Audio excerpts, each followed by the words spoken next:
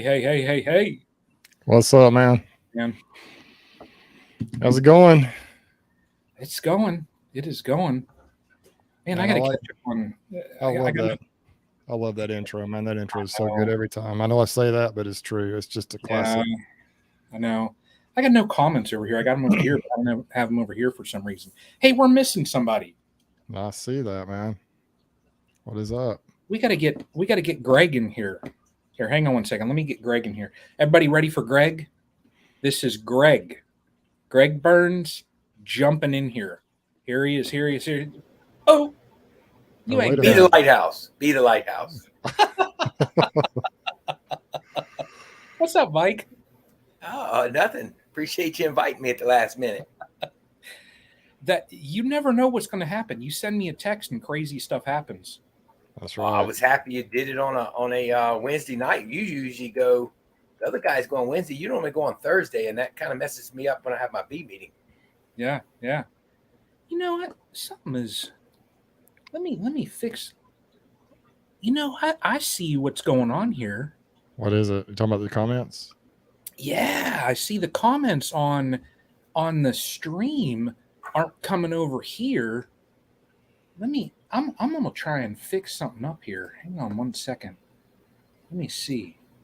Yeah, there. Oh, it says okay. Ah, there we go. There we go. It was on private. Yeah, that's what it says on private videos. Oh, All right. are you not public with it? There Oh, they There are. there it we went. go. There it Okay, Here, there we goes. here. go. There they went.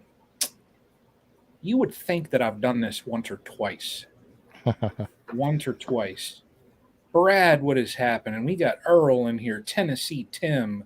We got Wayne's honeybees. We got, I know, Thomas. We got all kind of people in here. James, my neighbor. Yeah, yeah. Mike, so what's happening, man? Oh, not a lot, man. It's too hot to do anything. It's brutal out here. Oh man. I know. It's miserable. We're in that stage where actually I'm happy we get to the honey harvest soon because wow, it's too hot to do anything past noon, and I work outside all day, so I sure am not coming home and doing anything. I don't know how this weather. I don't know how you all do that. Literally all the time down south. I couldn't. uh, I couldn't do it. I Same way couldn't. you do snow all the time up north, kind of thing. I Well, feel like like I can't imagine that, but I can see why people become snowbirds. yeah. Snow though. Oh, look at this. We got Yappy. Oh man, we're getting all the heavy hitters in here. You see what Yappy said? Yeah, well, I wish I had. It's Mike not. looks like he's lost his water weight. I lose Well, I'll my tell you water weight what, before if noon. you're outside here, it's hard not to lose it.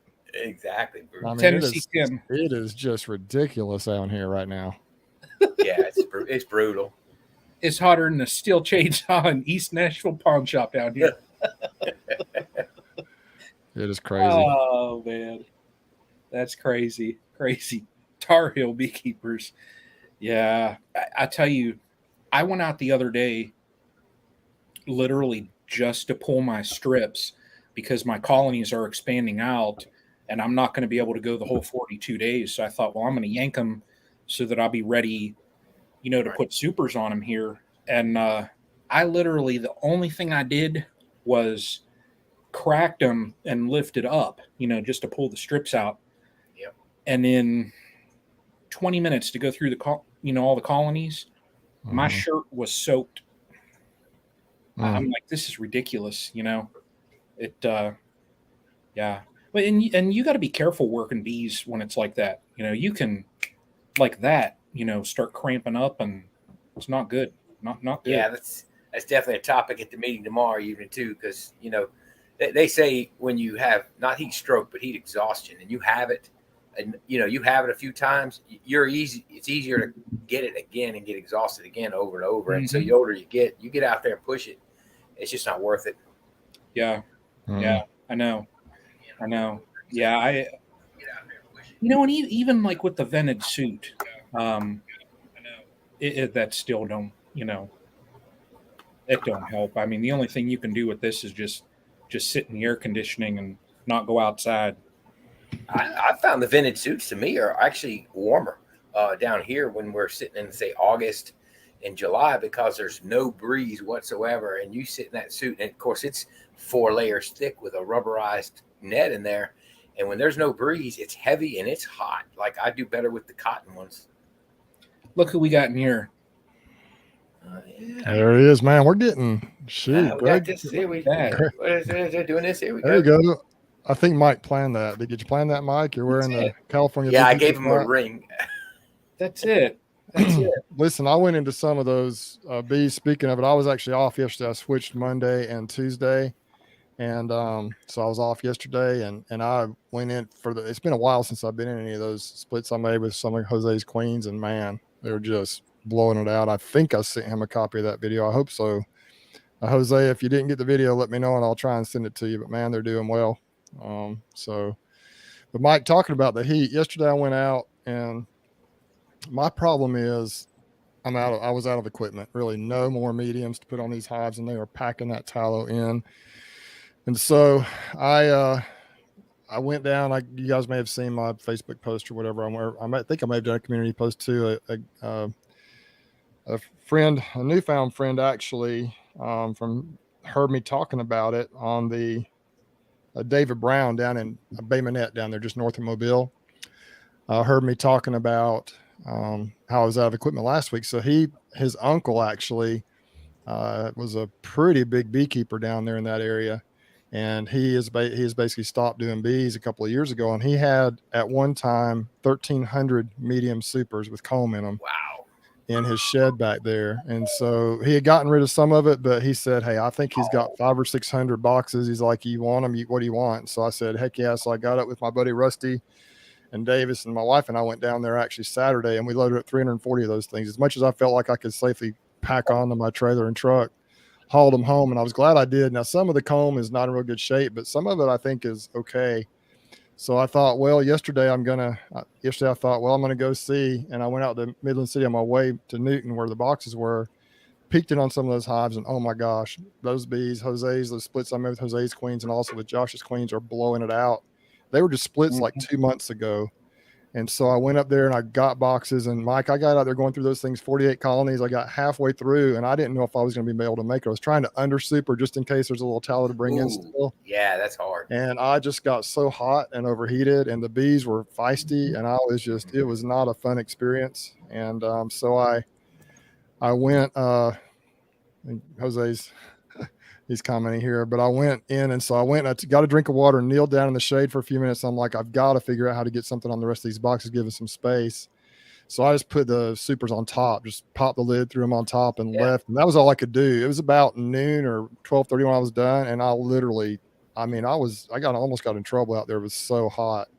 Today, walking out to the truck from the parking lot at the hospital where I work, it was just crazy. I mean, the heat is just unbelievable. And so everybody be careful out there working your bees in this crazy heat. I know all across the South it's hot right now. I'm not sure about other parts of the country, but it is crazy here right now. Yeah. Yeah. Hey, I saw Wayne's honeybees, and a couple people did ask where Greg is. Greg messaged, probably about an hour ago. He's got a truckload of pallets that he's got to unload, and he'll be here, he'll probably be an hour late, 50 minutes or an hour late or so. But yeah, Greg will be here at some point. So yep. And he's not willing to get out of the pool. That's actually it. Just about can't blame him. Yeah. I know. I tell you, it's, talking about Jose's queens, those things are just they're good. They're And I'll good. tell you this, they're Make calm. such a difference. They when you see a quality queen versus what you're catching in swarms, it opens your eyes really quick. I got some sales from a commercial beekeeper 2 years ago in Mississippi, and I'm going to tell you what, those things will be what I'm grafting from next year. They when you see a variety that's been bred or that's been propagated by these commercial guys, because that's what they're doing. That's their life. That's their income. And when you see what they're putting out and you get them, it changes your perspective on everything when it comes Oh to yeah. queens. Yeah.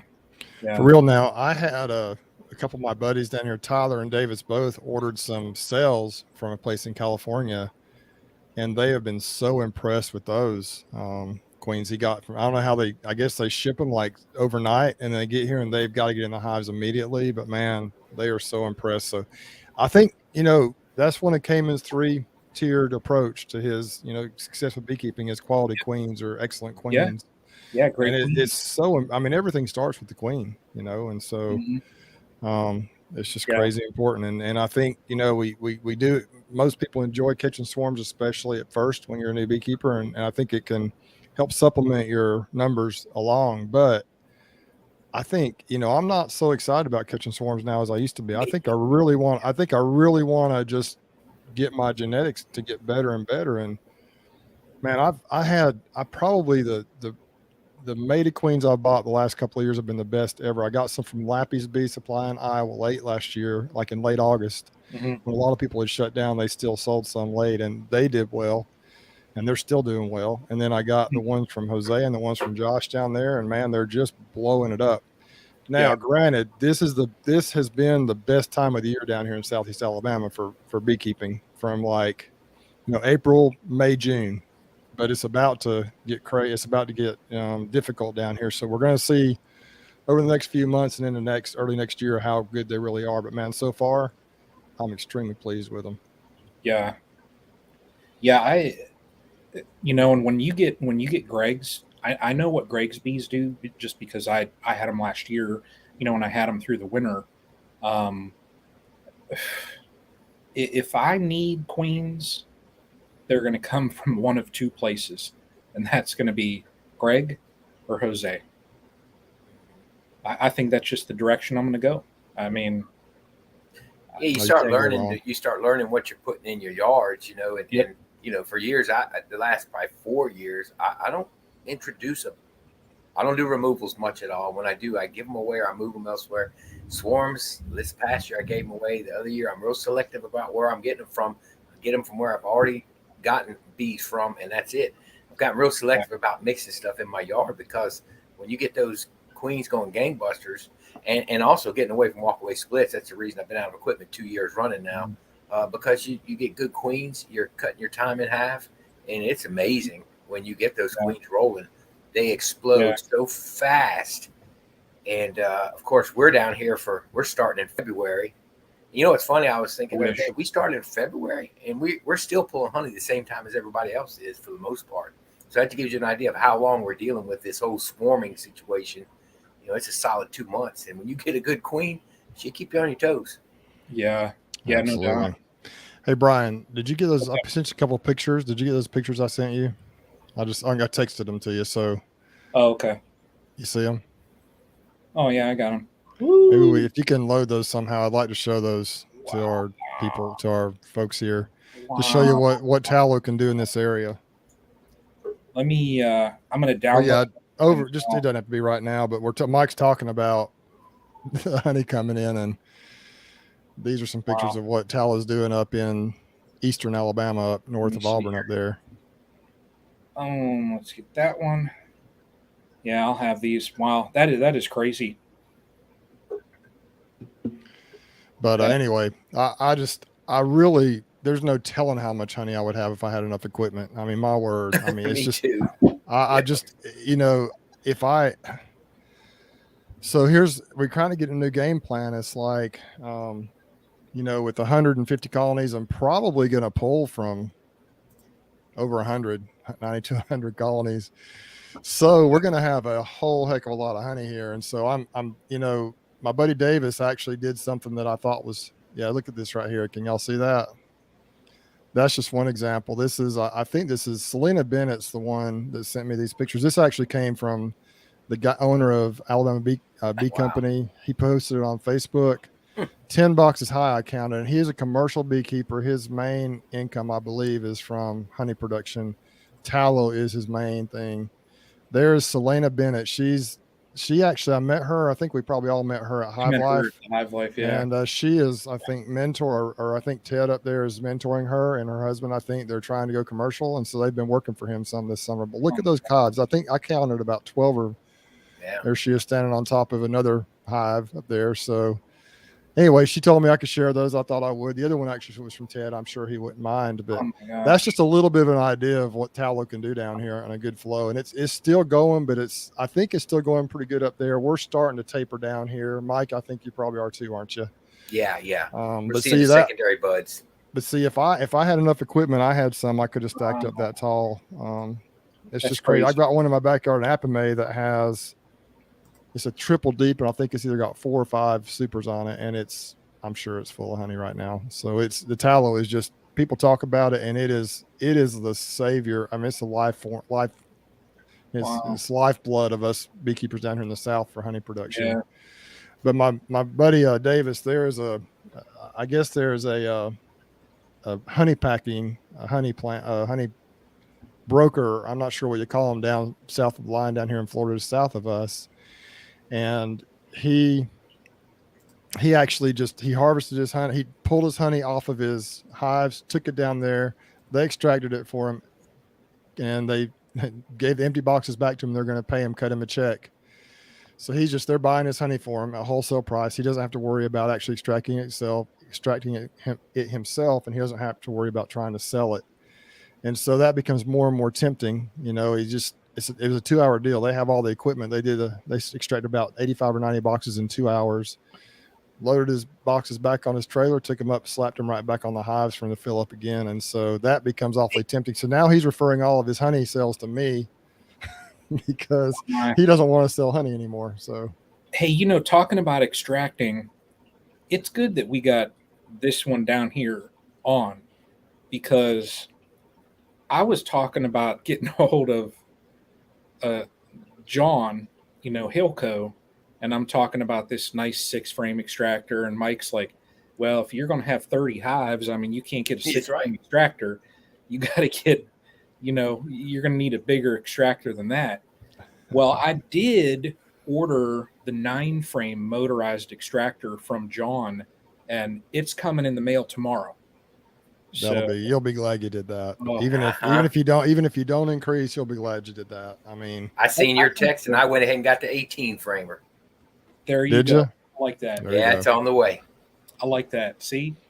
No, in all honesty, I think that I am, just because, even if I stay at 11 colonies, if I super all of those colonies, it adds up very fast. I couldn't imagine spinning all those frames out.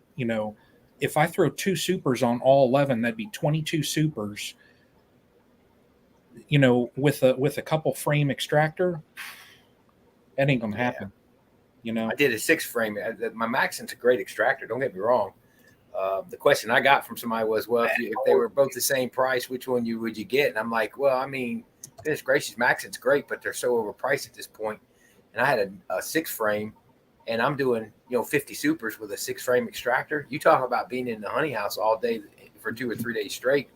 Yeah, you'll wish you had a bigger one. Hey, Mike, up until about 2017, we did everything with a hand crank 3-frame extractor. Yeah, I did it for about 4 years, I gotta say. And that we didn't have as much. I think we may have done 40 or I don't know how much we did, but we did hundreds, if not thousands of pounds with that joker. It still works, but if I just got to crank a couple, do a couple boxes or something, I'll just set up in my garage and do that. But for the most part, that is just way past that now. I loan mine. I loan my 2-frame out. That's what I do. I keep it. I don't even use it for small stuff. I'll still get my bigger one out for small stuff, because once it's got honey in it, it's going to stay that way. But now what I do is that plastic one, I get a person at the bee club, and they're new and they're trying to figure it out. I just bring it to them, and it's good to keep around for that. My very first extractor was a manual, and it was I think it was a 2-frame. It was a cheapo jobby that I got off eBay or somewhere, and it probably was made in some province of China or something. Yeah. Hey. And after like a year, the handle broke. It literally I was just cranking it one day, and then my hand's going in the extractor knot. I'm like, what in the heck? and I couldn't find a replacement handle. They didn't make them to fit. So I would, Mike, I would put my impact drill on it. Hey, beekeepers doing it. They got to do. This thing would spin like you wouldn't believe. Right, blow all the wax out. But yeah, it was just bad. Yeah. What's the configuration on the 18 frame? That it's either, it's similar to all the other manufacturers. It's either 18 mediums, all radial, or 9 deeps radial. Everything's radial. Oh, There's okay. no, what you call it, tangential, whatever. There's no flipping of the frames, and that's pretty sure until you get down to the 9 like you got, he may have it configured similar to the Maxant, where you do have to put the 3 deeps in differently. I don't know, but yeah, everything above that is all radial. So yeah, the 9, it's got, you've got those inserts that you put in, but I don't spin any deeps.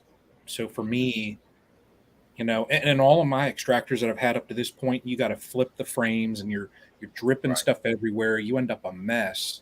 And well, look, when you've got 30, 35 colonies, Brian, you're going to be like having to flip, pull out some, keep them from honey bound. You're going to have to pull some frames of honey out of the deeps every now and again. So, I mean, you never know, just to feed back. So, I mean, it's a lot of hives. Yeah. You'll see. Listen, honey harvesting is a mess anyway. Maybe Mike can do it without making a mess, but as for me, it's just sticky. Yeah. And I think we've mentioned this before, but my buddy Rusty says there's nothing more slippery or more sticky at the same time than honey. You step on it, you'll slide like a banana peel, but it sticks to everything. It's just crazy. I got a video. I got a video where Mr. Ed, we were at his honey house, and he walked between the extractor and the table, and look, man, he went down. And I think I told him I'd edit it out, but it was slick as snot. Yeah. Yeah. No, I'll tell you what, I can't wait. I can't wait to get that Hilco. But I had somebody today, they want to see a video on that, but I probably am going to wait to do like an unbox, put it together thing until when I can actually extract 2. I'll probably just tie it all in, Yeah, so that's a good idea. No sense I'm making 2. They'll just have to wait until I harvest. Yeah. So. I'm gonna do one. I'm gonna do a video as soon as I can get it, because when it gets here, I'll be pulling boxes, and I really want to show people, because I tell you what amazed me when I went up there to see them is that it's the price difference. Like there's like an $800 price difference. Granted, okay, I'll just pick the date. It's got 2 more extra. You can put 2 extra. You can put 20 and 10, where this one does 18 and 9.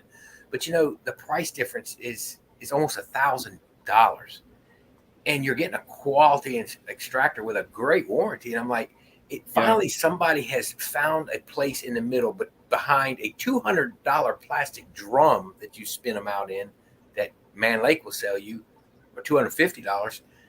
Then you jump all the way up to, if you want to get any kind of size, you jump all the way up to over $1,000. And it's like, finally somebody has. And I tell you, Jeff Horshoff, you say this all the time. There's not anything for that middle guy. Yeah. There's that guy that just wants to have 50 hives, wants to sell his honey, doesn't want to spend $3,000 on honey extracting equipment. So I think that's what impressed me so much about it. And I'm gonna tell you, I'm gonna definitely, and I'm gonna make sure he's okay with it. But that darn drain system on that thing is incredible compared to anybody else. Maxant is a great machine, but to get all the honey out, you got to flip it upside down eventually. Yeah. I will, if I get another extractor that's sideliner size, 20 to 30 frames, I'll get either a license or I'll probably get a Hilco. I know the license. My buddy Rusty has a license. He has a 30 frame, and that thing is just smooth and awesome. But now that I'm aware of Hilco, that's probably the direction I'll turn. Of course, right now I just don't want to buy an extractor, and so. You come over and check out my Hilco, Bruce. You're not far away, and we'll see how. No, I have got to get over there, man. One of these days. It's just Darren, I think we're both so busy at the same time. It makes it tough. Yeah, you're right. Yeah, Darren, thanks for the super chat, man. Darren and Gary threw out that sticker. Yeah, thank you. That's great. That really means a lot, guys. That's awesome. They do that because you guys do such a good job. That's why they do that. They really Really is. appreciate that. I don't think you guys understand that when you're tired in the afternoon, you can come home and you guys say it all the time. I enjoy so much outside of my church meetings. Going to beekeeping meetings is one of my favorite things because we fellowship, and this allows everybody once a week to do the same thing outside of their monthly meetings. I don't think you guys realize what you're doing, and it may seem mundane some days, but if you ever watch, everybody's talking amongst each other in the comments. Everybody's talking to you guys. So that's why you're getting those, because you guys do an outstanding job. Yeah. Well, we love that's why we do it. Exactly. We enjoy seeing people. It's we talk about the three of us and our guest Mike and the people in the thread here. We all talk about how it's a community, and that's what we're trying to establish. We're really not. We haven't established a community. It's really more just the kind of the whole movement. I call it the hive life movement of people just trying to be successful and learn from each other and not afraid to share what's working. Also not afraid to admit or learn something new, not set on the fact that my way is the only way. And those are a couple of things that I really don't like, is people that are so set in their ways that they won't change or shift what they're doing or be willing to listen to new ideas. And I also don't, you're the master of this, Mike. It's a how I do, not a how to. I mean, that's what we're all here doing. We're trying to share what we're doing, what's this working, but it's, everybody can just figure out what they're doing on their own. I saw Lisa from Grammy's Grammy Midwife Suburban Homestead here. She lives close to me, and she just harvested honey. I watched her video today, and that's awesome, Lisa. Lisa's just harvested honey, so that's pretty cool. I didn't know she had a YouTube channel. Was I missing something? She does. I think it's fairly new, but she just got that started kicked off, I think. Yeah, she is. She's a great. She's week. Great. Yeah, absolutely. Every single week. Her, and we have quite a few people. Melanie Cruz. I don't want to start naming them. I'll forget somebody. We have a lot of people that just are very, very consistent. And we have a lot of new people. Every week we seem to have some new folks that jump on, which is awesome. Melanie Cruz. Melanie ordered one of my hives the other day, plus my frame holder. I'm glad you told me that. So she got a set of the frame holders also, and those things, I need to start using those more often, because I get out there, I built all those new stands. I got everything set up so that I can go to a max of 11, hives total. Had to make sure I said that. Yeah, right. But anyway, go ahead. You can walk all around them, but when you pull that first frame out, so you give yourself room. And I still am in the habit of, I check it for my queen, and then I lay it, sloped up towards the front. Jason says 15. Veronica just fell. And the last, well, no, not my video today or yesterday or whatever the heck it was. But I didn't have my frames there, but I need to start, or the frame holders, I need to start just bringing them all the time, because those things are, my brother designed them, and what the little tweak that my brother put on that design that I have on the Etsy is there's a little I don't even know, that there's a little piece that extends out the side. So if you put regular frame holders on, they'll move back and forth. Since these have that little kind of phalanged piece that goes out, they don't really wobble that much. So they're a little bit more sturdy, and I just need to get used to every single time. They're in my bag. I just am too lazy to open a bag sometimes. I'd like to see you build some, maybe print some that are maybe more narrow. You see, my hives are really close together. I'd love to have a set that would fit between some. Maybe we could talk about that offline sometime. Yeah, just to get one frame. I only pull one frame. I pull one out the side and I throw it on the dirt every time. You got it, Mike. Let's. And Jason was on here. I seen he said 15 hives for you, but see, Jason, the problem with that is he'll have that by mid-March going into April. So, I know what you're saying, but I think that's an unrealistic number. I think it's more like 30. He'll have 10 or 12 at his house, and then, where are they at your house, Brian? All at your mom's house? Where are those at his house? Yeah. And he'll have about 10 or 12 out at the farm too. Oh yeah. You all He'll are have 10 crazy. or 12 at both places. So he'll have at least 20, 24. But I think 30 is a pretty good number to shoot for. Hey, Jason, Gary, make sure I need Jason go look at my nukes for sale video. I had forgotten to mention him. He gave me that nice hive tool, and it sat in my shed, and I had forgotten about it. And I finally mentioned him in that video. I don't know if he watched it, but I had apologized to him because that little hive tool he has, man, that thing is excellent for going through nukes. yeah, A little small I see one. him on here, so I wanted to yeah, mention that to him. Gary. I will be bringing them to the Hive Life, and just about the Hive Life. I saw a comment earlier about people getting their tickets. I did get my ticket, but I will only be able to make it for one day, the second day. Oh no, man! So, yeah, my son's wedding is the day before. So, you know, They got a nice weddings area in there too.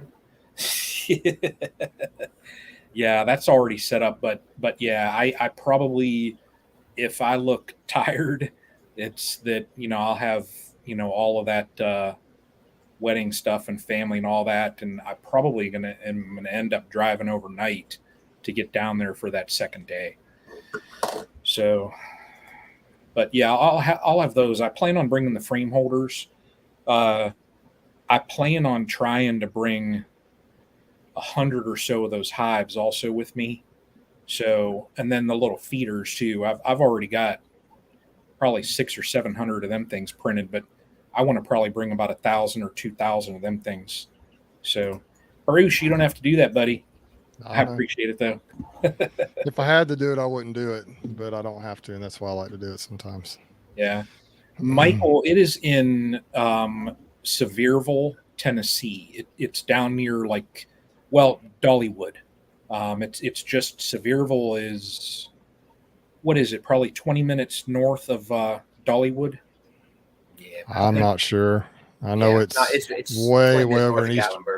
Yeah, way over there. Yeah, East Tennessee, way over there. Yeah, and it's those that aren't that are not overly familiar with it. I was talking to a guy the other day, and he had kind of commented, and he just said about the ticket price, and I think it's what Cayman has it at $145 without meals. And I told him, I said, the deals that you can get there, on really whatever it is, you'll save more than $145. Absolutely. Plus the connections that you'll make there. It's, so it's definitely worth it. I mean, if you're looking at it just as the dollar thing, oh, I don't want to go and spend that. Beekeeping is pricey, and you're going to save yourself hundreds of dollars if you buy equipment there. So yeah, that's nothing. Yeah. Tell you that's funny. They already have everything planned, or I would. Yeah. We could get a collection up. And I bet if everybody gave $5 or $10 a piece that comes on the stream team, we could really get them moved. And get my son down there. I'll talk to him and his fiance, and I'll be like, okay, I got a collection here set. Everything's paid. You just got to get married in Tennessee. I bet they have a lot of really nice places down there for weddings. Yeah. They got drive-through weddings there even. Probably so. Yeah. Well, hey, why don't we go ahead, Brian? No, go ahead. I was thinking, why don't we take a couple minutes and just kind of talk about where everybody's bees are right now? I know Mike and I are here in the South, and you're up north, and just kind of let's talk about what everybody's going through right now. I know people are I know we got a pretty good crowd on here now, so. Wow, yeah, 80 something now. Yeah. Caillou Farm from Jamaica just made it in. I seen him. He's got his channel started back up again. I've been missing his videos. I'm glad he's back. Yeah, I know. He's the one that got me to buy those pollen traps and all that stuff. And I sit there and I look on Instagram. He'll always post stuff, with the pollen and all that. And I don't know. I maybe got to get in touch with him because if he would ship up here, I'd be interested in getting a thing of his pollen just to try it. I would. So, but oh well. Mike, where are your colonies at right now? Mine are the same place as my last video. I might go out and vent some of the lids. I vented all the ones in town just to give them because it's so brutally hot. I vent them when I see a lot of uncapped nectar. I want to speed it up a little bit in the heat and humidity. I So I may go vent them, but other than that, everybody is full. I'm out of supers. Um, I had about at the 35 hives here at the house, I think about 6 swarms. So I confirmed swarm, maybe 1 or 2 more, maybe 1 or 2 less. I don't know. But I just moved boxes around and did everything in that video. And ever since then, I have not, they're loaded from top to bottom with honey. Some have 5 supers, 6 supers, some have 3. So it's just a matter of waiting for them to have it all cured and capped, which I think should be first week of July. Should be ready to roll with that. And we'll go ahead and get ready to get the honey house all set up, get this new extractor put in there and put together. And we're going to be ready to roll. I see the secondary blooms on the tallows right now. They come every year, but I've never noticed them to really, I've heard other people say they do put out a lot of nectar or whatever. Ours don't, but the tallow goes. I mean, I've still got some full blooms on some in town. So it goes for like 3 to 4 weeks. So as the secondary blooms finally roll out, I'm thinking we're going to see the end. And like Bruce said, in another week or so here anyway, and not far with him either, we're going to see it just shut down. Wild elderberry, they'll mess with that a little bit, but it's time to pull the supers, and I'll reduce everything down to just 2 boxes, call it a day, and watch for robbing, because that's here. We're here in July, August. That's about. And then I don't mess with my bees. They're irritated in the heat. I'm irritated in the heat. We just leave each other alone. Yeah. We're happy that way. And I just monitor those that were swarmed. I got a few nukes I saved back that weren't ready to sell. I went ahead and that's 4 or 5 queens I've got. So we'll just see what swarmed, what requeens. That's really about where we're at. Just wait. We're just waiting right now. Getting the honey house ready. Now, the tallow, once your tallow flow is done down south, is that more or less where you teeter off kind of with your flow, and then you'll hit your dearth and. Yeah, you do some years, but I last year we had something still coming in certain locations through the end of June into July, but not enough to really fill a super. Nothing you're going to fill a super with. And I would see the brood nests putting honey away, and I was like, what is going on here? But it's not enough. There are a few colonies I will leave a medium on just because they're so gigantic. Okay, well, I'll leave one on there. And they wouldn't really fill it. They sprinkle a little bit here and there in the super, in the drawn comb, and that was it. So sometimes we'll see a little bit come in, but for the most part, it doesn't even teeter off. I think that's wild elderberry myself, but it doesn't teeter. It just shuts down. It's done. And we see dry, hot, nothing coming in here in Louisiana or southeast Louisiana until about October is when we'll start seeing goldenrods start to sprinkle out. Oh, wow. So you guys will go that long down there? Our season is so long. I don't think I can get it across in my videos when I try to tell people when we're doing all that swarm prevention, when I'm doing it, that it is. I know what the books tell us to do. It just says add space. You can add space in March, but we have such a trickle of nectar coming in March. It's like putting a jar feeder on your colony. It's not enough they're going to store it like in a super, but it's enough they're going to store it in their brood nest, and they're going to utilize it to make bees. And they begin to explode, and they just keep doing that all the way until we're just now pulling good honey. Now, the spring flow was dry. Wow. We normally pull in May, but we go 2 solid months, and then we get this dearth for 3 months, and then we do a fall flow, which really never yields much anything here in southeast Louisiana. That goes on through to the end of October. So we're weighing highs. I'm weighing highs in October and November. They're finally finished. That's when I'll see who's light, who's not. I'll feed at the end of October into November if they're light, and we start all over again in January. That is plain crazy. It's a lot of work. Makes you wonder sometimes why you still do it. Yeah.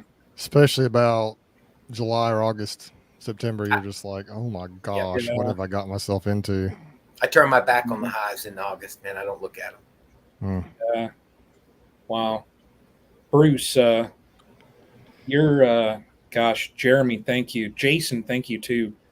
I saw part of your video that you sent us when you were half killing yourself in the heat and that, but where are you still gosh, I even forget what count. Where were you at? Like 100 and About 150, give or take. I'd Oh, say probably exactly.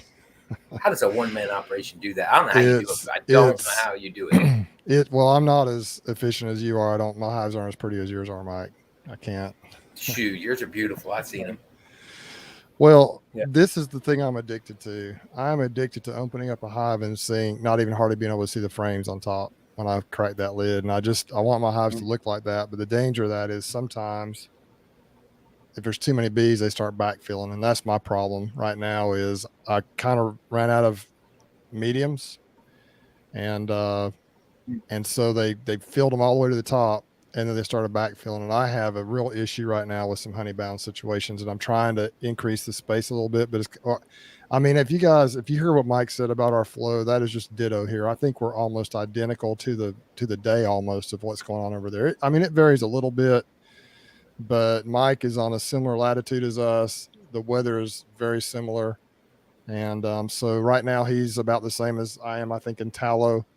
And so I think we're very, very similar in how our hives do the same. We have the same issues with the pests and everything. So if you watch Mike's channel, you watch my channel, you'll see similar issues going on. Now, Mike does manage this a little differently, and he has a little different approach to his videos, but we're experiencing similar things. And so that's kind of where I'm at. Now, I do have one thing that's a little bit different. I do have a lot of mine on cotton.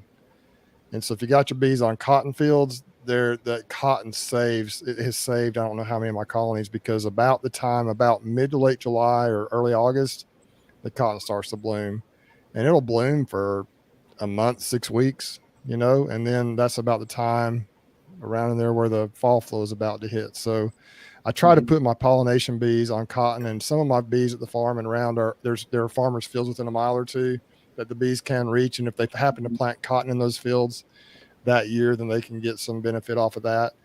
Irrigated cotton is better because it's going to get watered. If it's just left to the elements, sometimes it's not as good. However, last year was really good. It rained quite a bit, so the cotton bloom, it didn't matter where you were, but you can't count on that down here with this type of weather where it's a heat index of 110, 105, 110 out there.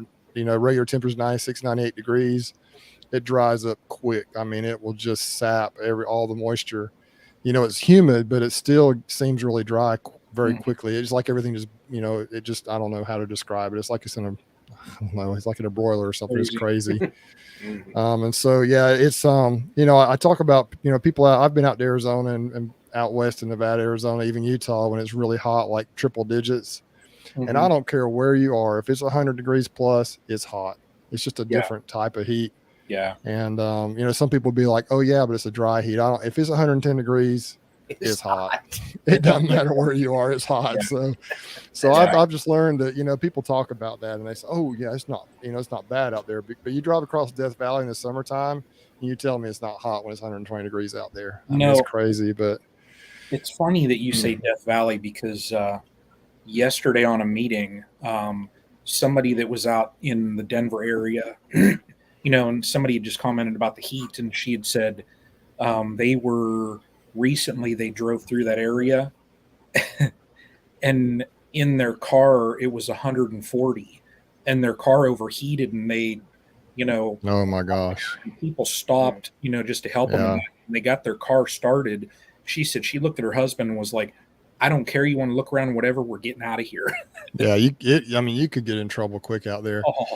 I did want to mention too, we're coming up on the time that, Mike mentioned that he kind of harvests that honey and just kind of lets them go for a while. That is when I have had my biggest loss. July, August is when I just get hammered down.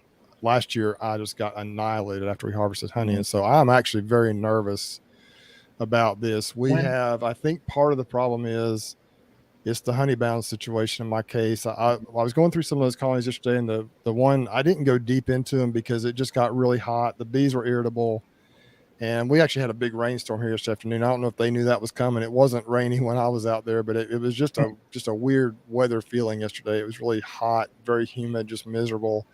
Maybe that's why they were cranky. But I went into one of Jose's, and I started pulling the frames and I'm like, oh my gosh, these hives are all going to be honey bound. But I got down the brood box a little bit and there was a nice brood pattern. And so Oh, good. I was okay. I was happy about that. I didn't go any more of them. I hope that was the case everywhere. But, I went into these FMA hives in my backyard and we've got honey in every cell that doesn't have brood in it right now, pretty much. Or we Wow. did. I tried to increase the space a little bit. So that's what I'm really nervous about. I think what happens to my hive sometimes is I don't get in them a lot once that tallow flow starts. Mhm. And it happens literally just so fast. I mean, isn't that right, Mike? I mean, literally you'll be checking out privet's done, you harvest a little bit, you look in there and you got a little honey in there, it's not capped, and you're like, well, this tallow will just finish that off. Next, or you slap a medium on there. Next thing you know, like literally like 3 days, and it's just full. And so they just do it. It happens so fast. And so what they do I call it a violent it is crazy. And they literally, it's like the Atlanta airport. I mean, the bees in and out, just they have a purpose. They don't care if you're there or not. Even the mean bees, it seems like they are after it. They're getting after that honey. And it's just, but literally in the neighborhood where I live, people have tallow trees for shade trees here in their yards, and it's in town. And then there's a swamp not far, just kind of down the woods called the Woodlands, and there's a swamp kind of down the hill, kind of a little creek runs through there. There was tallow everywhere. I don't know how many tallow trees there are within a half a mile to a mile of my house, and so they just pack it in, and it just happens so quickly. And so I think what happens is sometimes my bees get honey bound, and then I'm not sure how they recover from that, because I know that once the dearth hits, obviously I have to have something to eat.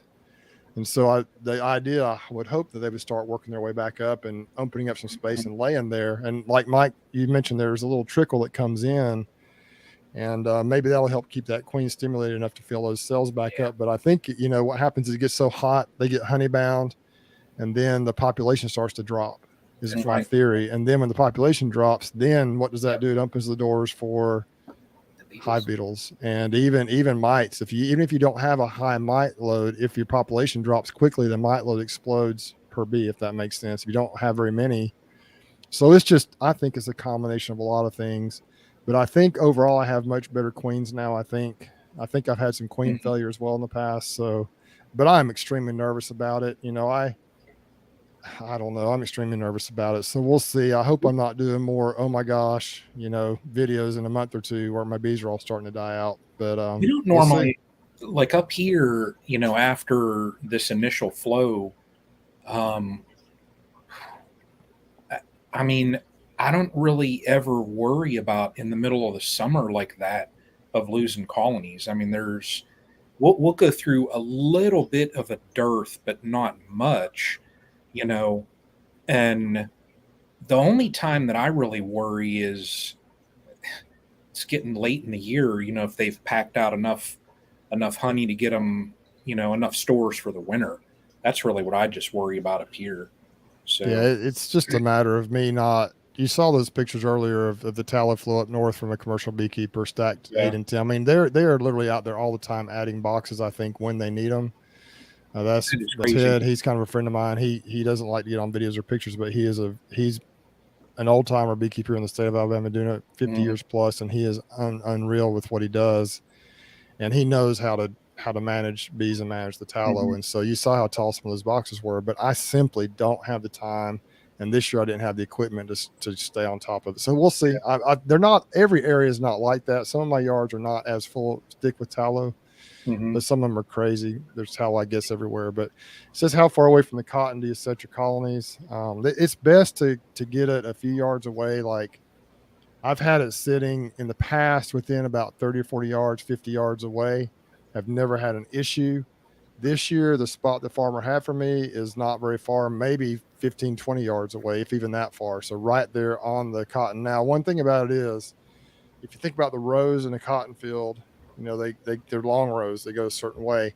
It's best if your colonies, well, you really need to have your colonies sit so they're, so the long length of the rows are sitting to the side of the rows, like the rows are going like this and the colonies are sitting off to the side like this. Because if you sit at the end of the rows, that tractor has to come and turn around, and they can be in the way if it's close to the field. I was, everybody worries about the sprays and things, and I have never had an issue with that. I don't think that the bees are visiting the cotton necessarily when they're spraying for different pests.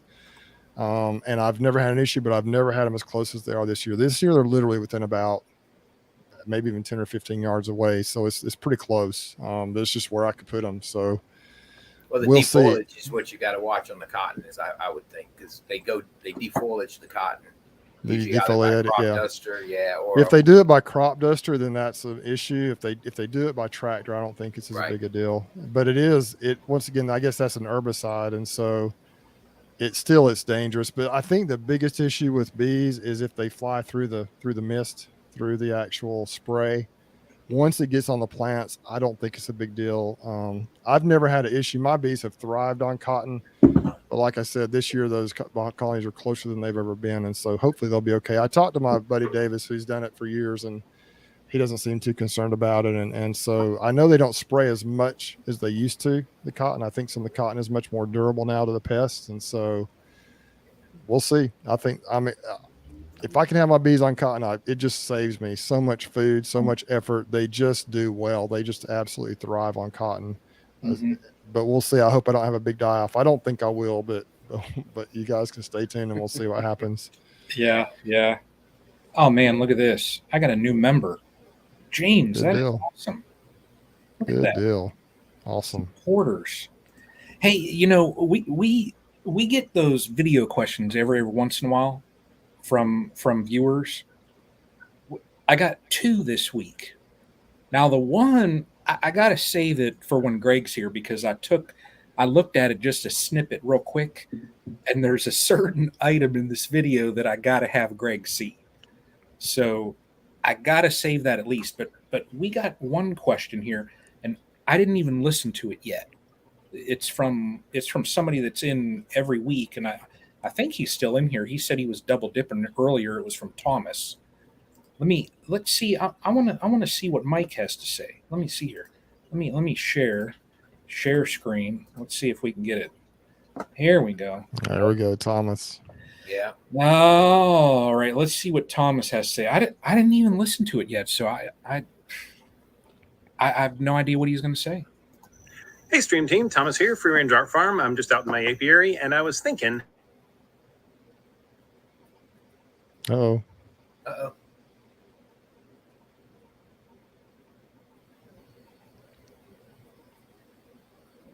What happened, Brian? There. Bye. I'll try I think- again. Brian, you were muted just then. Yeah, we lost guys it. not We lost hear it. We No, couldn't you hear the muted. question. You and the video were muted. Let's You try would that think again. that I've done this before. Here we go. Hey, Stream Team, Thomas here, Free Range Art Farm. Can you I'm hear just it? out in my apiary, Yeah. and I was thinking, have you guys ordered your tickets to Hive Life yet? And if not, why the hell not? What are you waiting for? Oh, and also, how cool is it when the bees are bearding? Anyway, thanks, guys. Looking forward to seeing you guys there. Bye. It's a good Uh-oh. question. Yeah, I got mine. I said it earlier.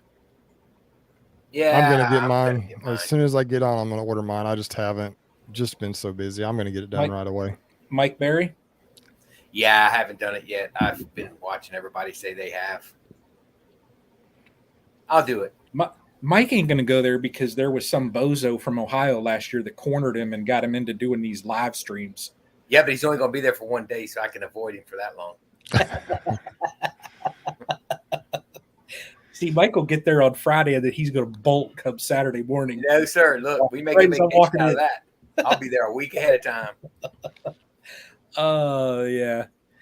Keith, so a video question. If you let me type in my email. And if you just, film let's see here, and it should be in there. If you just film a video and upload it on YouTube and set it to, is it unlisted, and then just email us the link, it won't be public for everyone to see. Only those that have the link will actually be able to view it, and then we can play it on here. So just shoot an email, or on Facebook we have our Stream Team group. You could always post the link on there too, and we can play it. So either or. Jason says heard they're almost sold out in a day.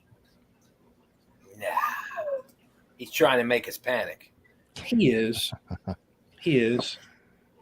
I hope I'm not. online right now looking at it. I'm ordering right now. Yeah. Hey, Brian, how do I get one of Relief. your hives?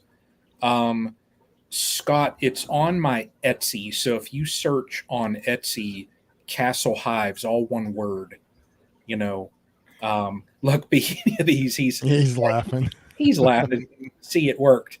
Look, Yeah, we're I'm all ordering right now. we're all here right now, like messaging and stuff. See, yeah, no, but for one of the 3D printed hives, look on clickbait. If you look at, and I think it's all one word, just Castle Hives together, you'll see my shop, and I've got, I think I've got 5 of them in stock now. I actually started printing some supplies that I can take to the Hive Life. I've got, for some of the pieces, I've already got 30, of some of the pieces printed already. So I'm going to try and bring some down there. So, Mike, did you get your ticket? I just ordered it. No, I didn't. I'm actually going to wait for my relief to get here. And when he signs on, then I'm going to get off and get my ticket before Bruce does. Yeah, it'll be for me because it'll probably be the next day or two for me. So yeah, no, I'm just busy. Look at this. Oh my! Jason's hilarious, y'all. Oh He's my! so funny. Still waiting on my hive, Chuck. Let's talk. Yeah, that's Jason. He'll pull your string. So, Mike, I think you're going to be off the hook in it should be T minus a couple minutes, because he said 9 minutes ago he'd be here in 10 minutes. Yeah, it should be a minute. So I'll tell you what, though, Mike, I will say before you hop off and get your ticket and all that stuff, it's always awesome having you on, man.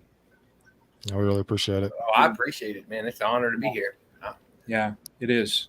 It is. This thing, like we said earlier, it's just all about bringing the community together and everything. So, yeah.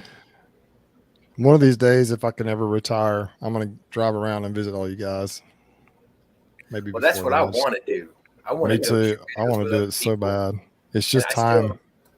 Yeah. Yeah, and I also want to get Greg. I talked to Greg and he agreed to do it, but it got to be spring and ran out of time. I want to do a live chat with him, and I want everybody to get to know Greg Burns kind of show. You know what I mean?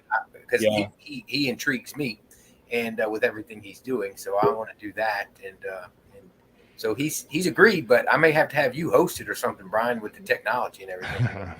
I mean, we could probably make that work, but what you were just saying about Greg? Oh, look, there he is. That's my relief. Hey, Mike, how's it going? Hey, Greg, how are you?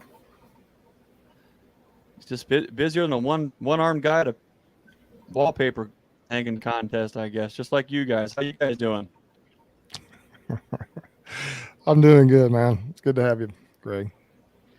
I think I'll be late to my own funeral sometimes. You guys know how it is. We're in the prime time up here, and it is the sun up, the sun down, and just try to squeeze it all in there. But I was catching the stream on the drive back to the farm here. I've been enjoying hearing you guys and Mike doing all the things you guys are doing. But I only caught so much. What did I miss? I'm trying to keep these Southerners behaving. Us Northerners up here, we're dealing with all this heat, and they're sending it up here. So I'm trying to keep those two down there. We were just talking a lot about the tallow and the crazy flow that it is and how we've been managing our bees, but it's been nuts down here. And Mike sounds like he's been right along with, me and everything about the same, dealing with the same stuff. Can you make sure? Okay, let's see.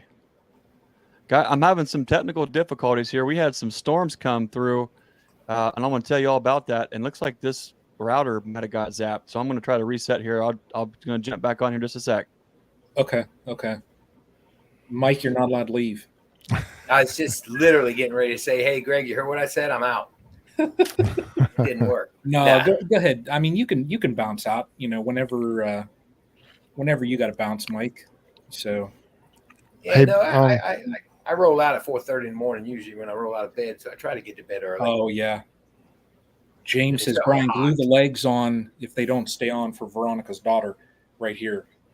I get it. So everybody that asks about this thing, I tried to print, I don't even know how many of these things to get them so that the legs didn't fall off. And I could not get these things to print so that the legs didn't fall off. So this is a one and done kind of thing with like legs that were chewed off of it and stuff. Hey, look at it. We got another person on here. I don't know whether this is Greg or not. Who in the heck? Now this I got to have a disclaimer here. It's about to get crazy. oh no, I know who it is. Maybe. Yep. Yeah, and you know, well, I'm gonna give you guys room, so I'm gonna open up a block so that Greg can pop in, guys. But I really appreciate y'all having me on, man. It's an honor always to come on here and chat with you guys. So I'll let Yappy take my spot so that Greg has a hole to fill here. You ain't got to run, Mike. I mean, I'm like the spare tire. I was just trying to, help come in here and jump in, Oh no, you're letting me off the hook now. Brian knows how I am. All right, fine. Look what it is now. Roll Tide, Mike. Roll Tide. Yeah. Go you. Hey, Mike, hey, Greg. Thanks for jumping in here tonight. Yeah, I did say though, I still want to do that. Get to know Greg Burns interview with you. So I haven't forgotten about that. You said you'd do it, but man, the bees got to me along with work. So I'm with you. Whenever you want to do it, you just let me know. Yeah. Okay. Yeah, and thanks for. There's no way in the world I could ever fill your shoes for being on here, but I appreciate you coming in here and doing a good job with these guys. Matter of fact, I really enjoyed it hearing you guys talk. But thanks for jumping on, and I'm looking forward to having that conversation with you. Yeah, man, we'll be good. Hey, you guys have a good evening, man. We'll Mike, take care, see man. you on the chats. I'm gonna listen to y'all while I'm getting ready for bed. I'm seeing Mike. Thanks, bud. Everybody.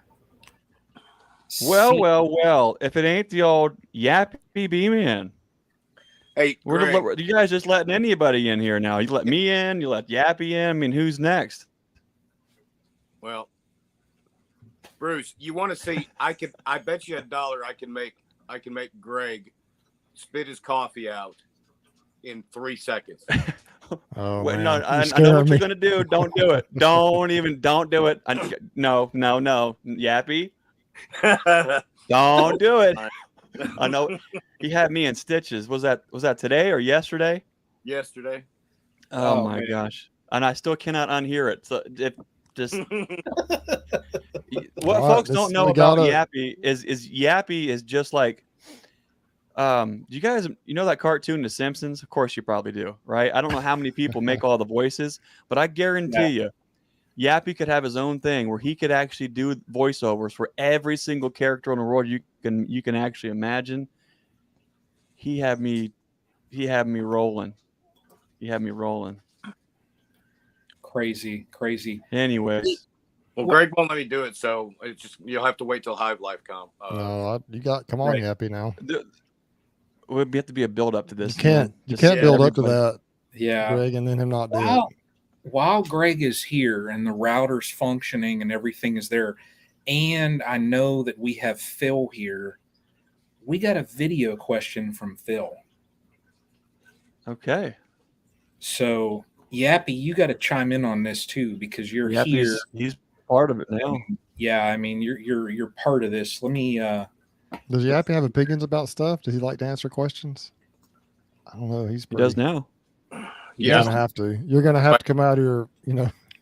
He's all part of the. I gotta come out of the shell, right? Yeah. Did you get you a new haircut? Did you get a haircut, Yappy? Look at that, man. Look at him. He's dapper. Clean. Yeah. Let me know if you can hear this, but I had to save this for Greg because I like the thinking chair. Take a look at what Phil is eating right there. Now watch this. Oh. Look at that guy. Kind of sitting out here in the apiary, you know, thinking, enjoying these hives. But got me thinking. As up here in Michigan, we're just getting ready to start putting on supers for honey. What do you guys do? You guys use plastic queen excluder, metal queen excluder, or none? Just curious what you guys think. Have a good one. Catching a little bit on the live stream. Hey, come here. Doesn't that look like a great donut that he got there? I've never if Phil, if you and I have met and I forgot and I apologize, but I'm not sure who Phil is, but I like this guy. He's got style.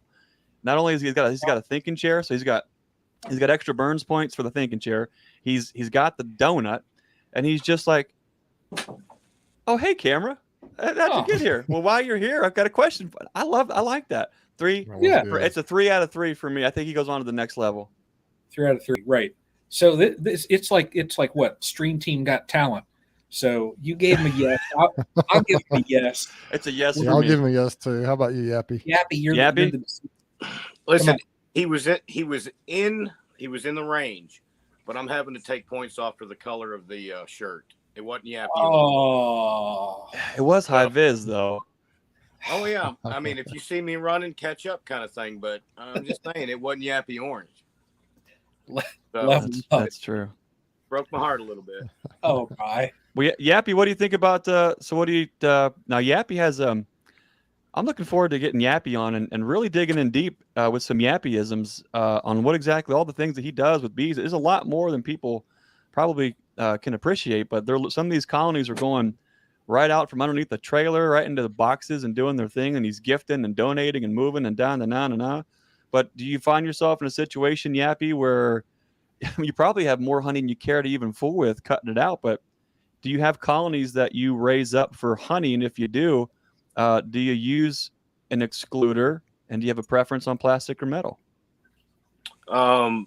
Preference for me would be metal. I have used some.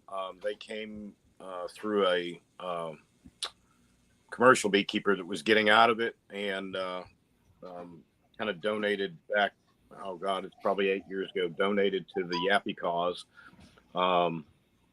So I do like the metal ones, but I like the metal ones because if they get to where they're building up a lot in between the metal in the lines, I can hang one up and grab my hand torch and I can pretty much just melt everything out of that. So in my world, they're a lot easier to clean. As far as that goes. But if I weren't going to be using an excluder, it gets to be kind of a pain when you're, throwing 4 or 5 different supers on a box. But I always like to put my newest box that I want them to draw out. If I'm putting new on, in between brood chamber and then, the rest of the supers. If I got to leave them on there, it's extra work, but I'm going to go ahead and throw an undrawn in between brood area versus honey area just to kind of hopefully keep her out. But I prefer the metal. Bruce, what Brian? do you? Bruce, Brian, rock, paper, scissors. Come on, to get the order going. Dum. Oh, one more time. They both did this. Boom. Wow. I feel like. Okay, one more time. Come on now. We're going to start arm wrestling. Okay, hold on now. I'm thinking of numbers from 1 to 7. The closest one to the number gets it. Okay? Ready? You tell me now. What's the number? Oh man, don't do it. Don't get him. Don't get him going. You won't get him to stop. Oh, you're making my eyes bleed. Stop. Oh my God. Go ahead, Bruce. 3 seconds. Bruce is going. Translate. What did he say? I know. What? Well, I'm going to say 4. You win. Okay, you go.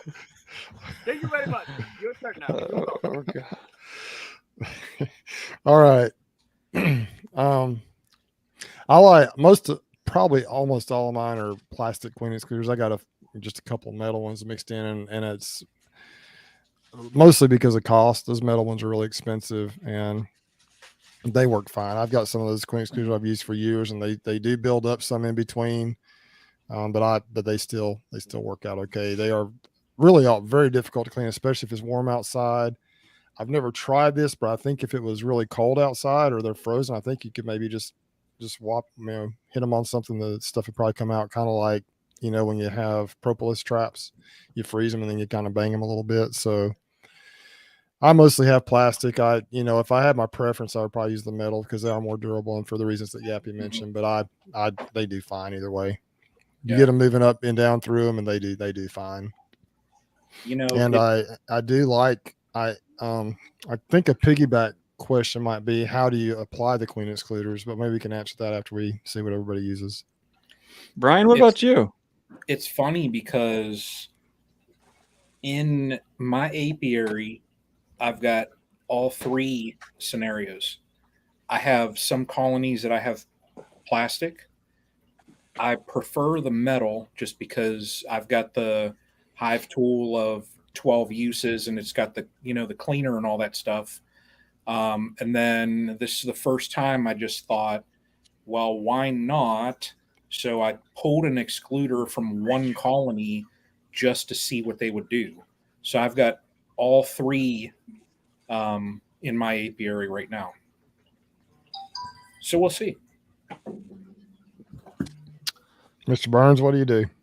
Well, I have switched to all metal. It just they seem to do okay on plastic, but it seems like on the metal they just can get through there just a hair quicker and a little easier. So I've gotten all kind of away from the plastic and going for all metal. Where I do like plastic though is if you're cutting them up to do anything squirrely, like if you're want to cut them up for some 5 framers or some 8 framers, or if you want to use them as like an excluder in a timing box, things like that, then I think plastic really shines. But pretty much metal. And then I think the other thing to think about is, well, sometimes those excluders can 100% be a honey excluder if I think done a little too early. And what we try to recommend for our folks here, especially in the learning yard when we're kind of showing this approach, is we like to either have them bring some brood up into a medium above a double deep, and then bring some frames up and have them kind of work that out a little bit first, and then slip an excluder underneath, or do I think what a lot of folks will talk about and have use that first medium as kind of like a honey bridge, and then let her fill out some brood, some honey, and then drop you a second medium on top. And a lot of times it's all honey from there, but sometimes you'll have a queen and she just wants to absolutely just keep going vertically as far as you get her. Sometimes you got to push her back down. So I don't. It's each colony is a little bit different, I think. Yeah. Hey, Dennis is asking, does anyone have mated queen for sale? That was a fine photo you had there. I'm telling you what, that's an amazing photo. Dennis, look up, and I'll let me get the website here for you, real quick, and I'll throw it in chat. This will be. Did you like that? See what he did there? You see this what guy's I did? Funny. See what I did there? That's going to be Greg's website right there. So Nature's Image Farm. He's right over there. It's right over there. It's been fun because we're full on now, and spent the first part of the day. We had some queen pickups here at the farm, and then finally got a bunch shipped out, including we have to give a shout out to Pete Zuno at Beewise. Yeah, I put a little picture on our YouTube channel of me holding his box of bees getting shipped out to New Jersey. So I love it. I got a couple more here. They're getting ready to go out, but there's this. Oh, you can hear him. Check it out. Goofballs. Are they? Yep, Nice. those are getting picked up. And actually, one of these is a very, very special one. And you know who's that's going to? Let's see, which one is it? This one. Yeah, I don't know if you can see. This one specifically is going to our pal DJ Barracuda for a very special split. We'll talk about that one a little bit later. But these, the thing about Queens is I'm probably get a little too sentimental with some of these things. But when we were able to take the very best of Bob Benny's yard last year when we visited, and then we took the very best of our yard and kind of blended those two bees together with a mix-up of drones and queen stock, blend those together.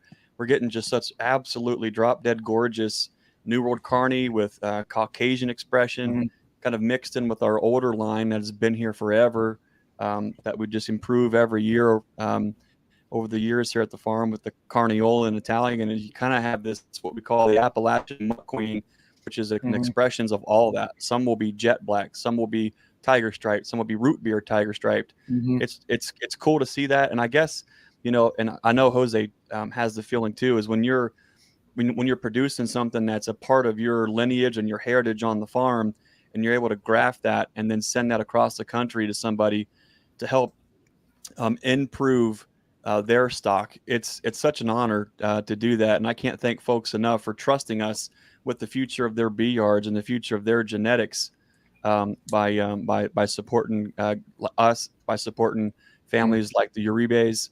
It's a big deal. Yeah. I know I can speak for Jose and our family here too, as we appreciate everybody there's a lot of places you can get bees, but I can say that we certainly appreciate you guys. But yeah, I tell everybody, I mean, Greg, you know what I say. I tell everybody when they're talking about packages and all that kind of stuff, I'm like, gotta call this guy over here that, builds great walls, provides exceptionally tasting, these just top-notch donuts. For the record, I don't want to take too much time with this, Brian, because I know Yappy looks impressed at the moment. But do we? What yeah. I want to get the record straight on donuts. The donut has been fulfilled. Okay. Is there always at least 2 to 3 dozen donuts every learning yard when you come here? Every single time. Okay. All right. I don't want people to think that I'm shortchanging on the donuts anymore. We've stepped it up, and by we I mean my wife Susie. She's on point with making everything run at the farm right. Yeah. Hey Bruce, Russell had a question here. Bruce, did you see Gus Mitchell? What Gus Mitchell does leaves a gap between the top super and the one below. What do you think of this? Have you tried it? Yes, it works well. I've done it on some of mine. We leave just a small gap, and it seems to work extremely well. I also will put a stick under the lid in the corner a little bit to allow for some ventilation. I think it has a similar effect, but if you just move that thing forward a little bit, it works well. And I also think that's something that somebody else uses that too. I think Randall Carter uses that, doesn't he? I think he mentioned that as well. It just seems to work well, especially and I actually Ted up at Alabama Bee Company up there that we showed the picture of earlier, the guy that has the tallow hives are stacked so high. He also does a similar thing. I think he just takes the lid and slides the whole lid forward a little bit, so there's a little gap in the back. Hey, why don't you throw that picture up again if you guys still have it there, Brian, so Greg can see a couple of those pictures. Oh, yeah. Let me get back to... This is what the power of the tallow flow. I ran out of boxes, basically, but Selena Bennett... Wait, I thought you just bought a load of boxes. I did, but it's almost You ran out of over. those? No, I haven't run over those yet, but there's one picture of Selena Bennett. That's Selena Bennett. And yeah, I saw her post that. God, and then here's another one right there. That's some of Ted's stuff. She's actually, I think her and her husband are working with Ted, or they're kind of he's kind of their mentoring them for commercial beekeeping. But that's tallow. All that's pretty much tallow stuff. But oh my God, she's going to get on a ladder. Ted. She's too short. What's Ted? Yeah, Ted. No, that's not Ted. I don't think that's Ted. That may be her. That's somebody that works for him. That's his post right there that he put on there. But he's a mentor. He's a guy that's been doing bees for 50 plus years. Maybe the largest commercial beekeeper in Alabama. And he's north of Auburn, Yappy. I don't know how far you're up, way further north, but he's in Dadeville, which is about, I think, 30, 40 miles north of Auburn. Yeah. And he's on that tallow flow right now and just stacking those boxes up. And so Selena actually, I think I met her at Hive Life. She's pretty cool. And I think she's obviously real serious about it. And hopefully she's going to be successful. And I took a picture. She was with, I think she was standing with Cayman and Randy. And I was just walking past and they were like, here, can you take a picture? I said, sure. And then I saw it posted. I was like, hey, hang on. I took that picture. I didn't know who she was at the time. Yeah, I asked her before I send those pictures to you if she minded if I send them to you, and she said she is. No, I think it's her that 30th was that birthday. was me and Randy and her. Was that you and Randy and her? I knew it was her and Well, somebody. we ended up Yeah. we pulled her in. I had back in the fall, I had a production company got a hold of me about wanting to possibly try to shoot a potential for a TV show. And I needed to bring a few other personalities in, and she kind of she crossed my radar as far as somebody that I might could bring into it. So anyway, everything kind of got put on hold because of that Bizarre show. But that's where I had the opportunity to meet her. She ended up coming up to the Hive Life. She's now she kind of hangs. I can't. What is that guy's name? It's a guy that's down, I think, a little bit below her. He was there with one little small group or company that was selling some woodenware and different bee stuff right around that first corner. Down So West Alabama Bee Company. Yeah. What's the guy that runs that? I don't know. It'll hit me in a minute, but anyway, she does a lot with them, and Selena's getting real good. I think she's real big in the West Alabama's beekeeping group and different things, but motivated as all get up and go. I'll tell you that. She's gonna, if she stays in it, she will go somewhere. I think it's her 30th birthday today, so. Oh wow! She told me she told me when I messaged her earlier about asking if it's okay to put these pictures on here, she said sure, and she told me she was on her way to an event for her birthday, so that's pretty cool. Yeah. Hey, I'm just looking at the time, and we're an hour and 15 minutes or so, right? But we have Yappy on here. We've finally got Greg on here. There's news that we have, right? Big news. Bigly news. Everyone keeps telling us how big our news is. It's news on here. News. I'm going to throw a little banner in the bottom. Look at this banner. Oh my gosh. You never cease to, just one thing after another. This guy, Brian, is just, it's like we're official. We've got Yappy. We've got a banner. Banners. Yeah. We had a rock, paper, scissors contest. Mike Berry was on. Does it get any better than this? Yappy. I don't know. Yeah. The banner here says comment. So not in the comments itself. Afterwards, go to the comments of this stream. Okay. And it'll be on next week's stream also. So whoever's turn is it Greg? Is it your turn? Greg next week? Yes, okay. Greg next week. So next week on Greg's stream also, you're gonna have to comment afterwards. That right there, it'll be StreamTeam and Bee Castle. Okay. Now, when you comment this video and then next, and then in 2 weeks it'll be on Bruce's channel, we will spin the wheel. And nice. But wait, there's more. But wait, and what you will have the opportunity to win is that right there. So Bee Castle, I would pick up the box, but I don't even know how heavy this thing is. It's sitting right over here. Bee Castle sent that complete setup there. It's 2 deeps with a super for us to give away on live stream. And wait, there's more.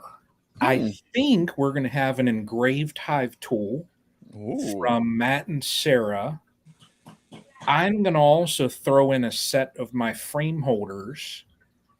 And Greg, what do you have to say? We are going to throw in one of our finest Appalachian mutt queens shipped anywhere in the U.S. to a very lucky winner.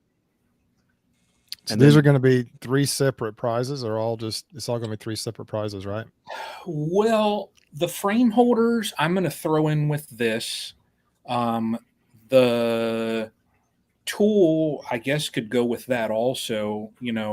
I mean, Anyway, there's a lot of prizes coming. yeah, Let's there's put going it to be that a way. We lot got of stuff in line. We got stuff in line for this thing. It's This gonna is be like a awesome. mix up of Wheel of Fortune, or no, what's the one? Oh, The Price is Right, and Oprah, where you get a prize, you get a prize, you get a prize. Everyone Yeah. gets a prize. But this setup here, just from the BCAS, I mean, regularly it's a $300 setup. They got it on sale now, but I mean it's basically everything as you see on there: the entrance reducer, the solid bottom board, your deeps, your queen excluders, your supers, the frames, the inner cover, top cover, blah blah blah blah blah. So it's just something that this community, we just want to, thank everybody for watching and the support and So everything let's else. clear And up the rules. So they have once this live stream posts to the Castle Hives YouTube channel, you're going to comment in the comments hashtag StreamTeam and BCastle. Yep. And then also do the same next week once our stream team publishes to the Nature's Image Farm channel. So when Yep. next week's video When- posts to the Nature's Image Farm channel, comment after it's published, hashtag StreamTeam and BCastle, and then the winner will be announced when it's Bruce's turn on the Bruce's Bees. Yep. And that's when we will spin the wheel of funness. Yeah.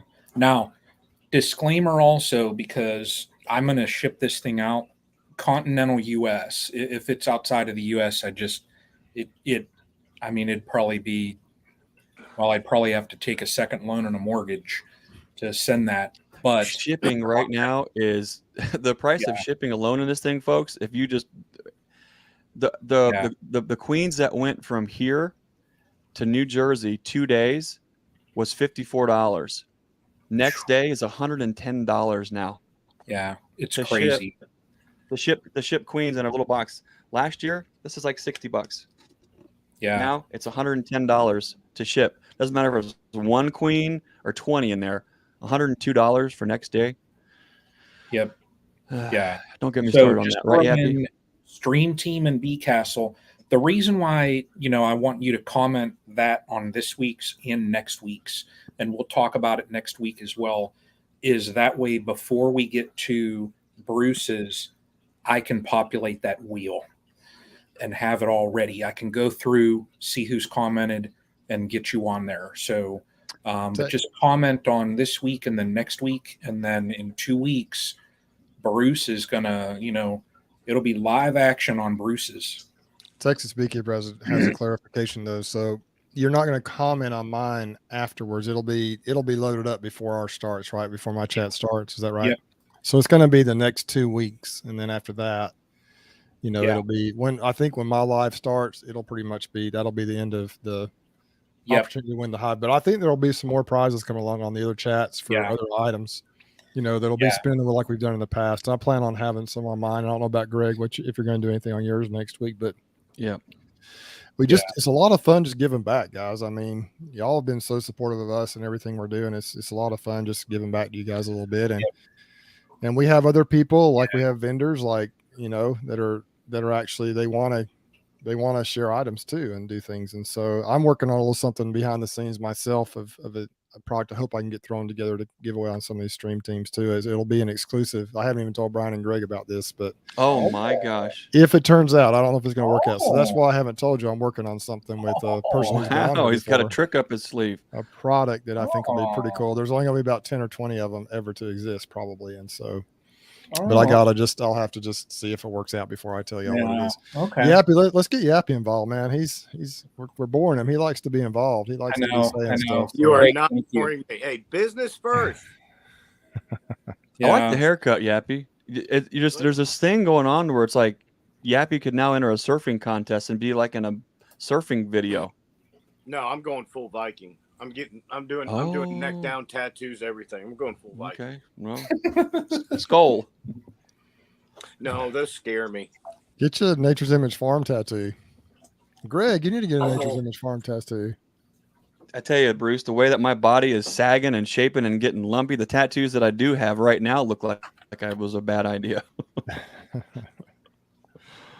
Look at this guy. He's got all. He's got it all.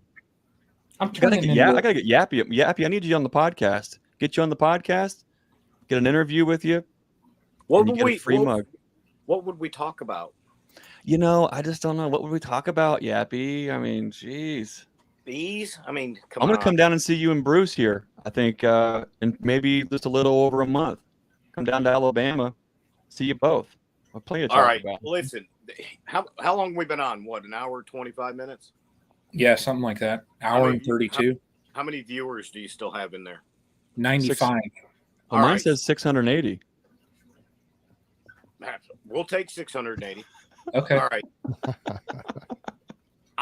In 10 years, I've had twice have had something happen where I went to go look at a removal job. Guy calls and he says, "Hey, I've got, the bees for a couple days, blah, blah, blah."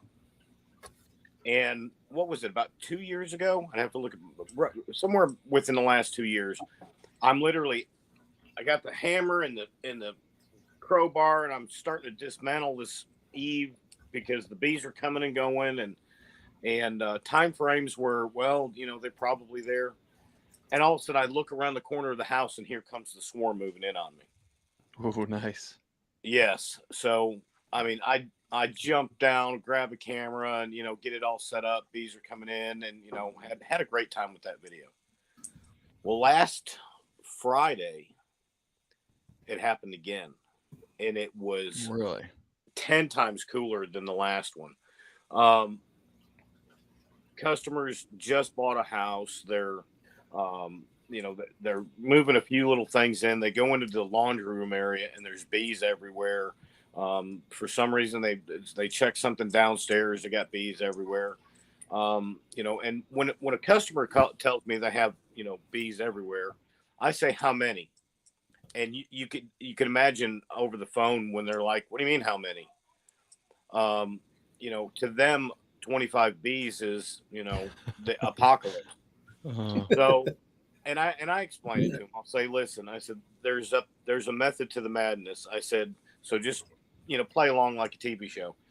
I said, do you got 25 or do you have 2,500? I probably got maybe 50, or a few more. Okay. That tells me what I needed to hear. Everything about it's telling me that the bees aren't there yet. They're coming, but they ain't there at this moment. So I just happened to have to go down to Birmingham on Friday. I called the customer up and said, hey, I'm gonna slide by there. I have never known bees to move into something later in the evening. Usually, if they get on a tree limb after the 4 o'clock window, they're gonna hang there for the rest of the evening. They'll move the next day. That's just in my experience in my region. I've yet to have anybody in 10 years tell me at 6 o'clock, 6:30 at night, they had a swarm moving inside of their house. So I'm talking to the customer and everything's telling me these bees are not there yet.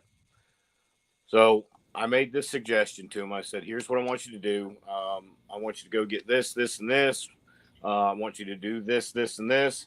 And, basically, if you get this reaction, you stop and you let me know. If you don't get this reaction, seal it up. We're going to go from there.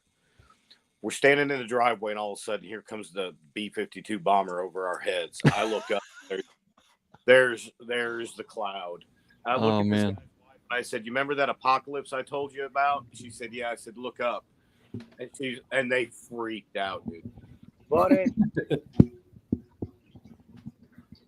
so I was there about 45 minutes. We're watching these bees come in and go and everything. And the whole point to all that long, exciting yap-isms was the fact that while we were standing there watching, I actually sat there and watched bees coming and going.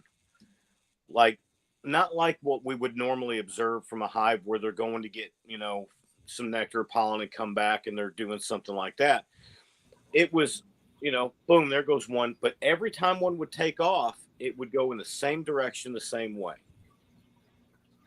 And every once in a while, one would come back. and land, and I'm going, it's just weird. I mean, it was often enough to where I started looking around in the trees, wondering, is there a swarm hanging somewhere? What? Which wouldn't be. By the time they show up, they're not going to hang in a tree for the most part. I mean, it never.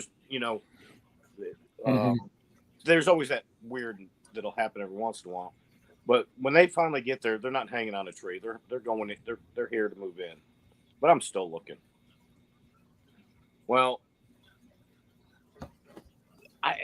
after I got to thinking about that later, have anybody that's in the comments section, let us know. Or have you guys ever heard? I've come up with this theory, and I kind of touched base with Greg on it. But the theory being that there are bees that are actually lighting the way from where they're at to where they're coming. They actually direct them through that flight. And I would probably say they're letting off a pheromone so that entire swarm, as they're moving, can follow, the scouts, from where they were at to where they're going, because That's it cool. was just one after another consistent. And I went, this is something that we as beekeepers, we don't get to see this very often. It's just something that popped in there. And I went, What did that look like? Was it like a little miniature ball of gatekeepers and us like hovering until the colony came through, and then let's go here, and then they went? Or was it like on a tree limb or a corner on something? No, the bees basically had kept gathering at the corner where their entrance hole was going to be in this person's house. Mm-hmm. But it literally, one would all of a sudden just jump off the wall and take off and turn left around that corner. And I kind of got to watch it because there was like one of those little a fireplace wall, that extended out from the house. So they were in this back corner, and one would take off, and I always like to watch where bees go. There's just something about it. I just like to watch where they're going, where they're coming from. And every one of them would go around the corner of this little fireplace wall and go right down the side of the house and go left, up and left, and just take off up in the sky. And it was like, but the ones that are coming back are kind of coming in for their landing, and they come right around that same path and land right on the side of the house. And it just threw me. It was like, that's weird, but it didn't make sense. I didn't understand it right there in that first moment until all of a sudden the bees started coming in and the cloud was there. And I went, it's nothing that I can prove, but it was, to me, it had to have been just in a common sense theory of what they were doing, was that they were guiding that swarm in. That's cool.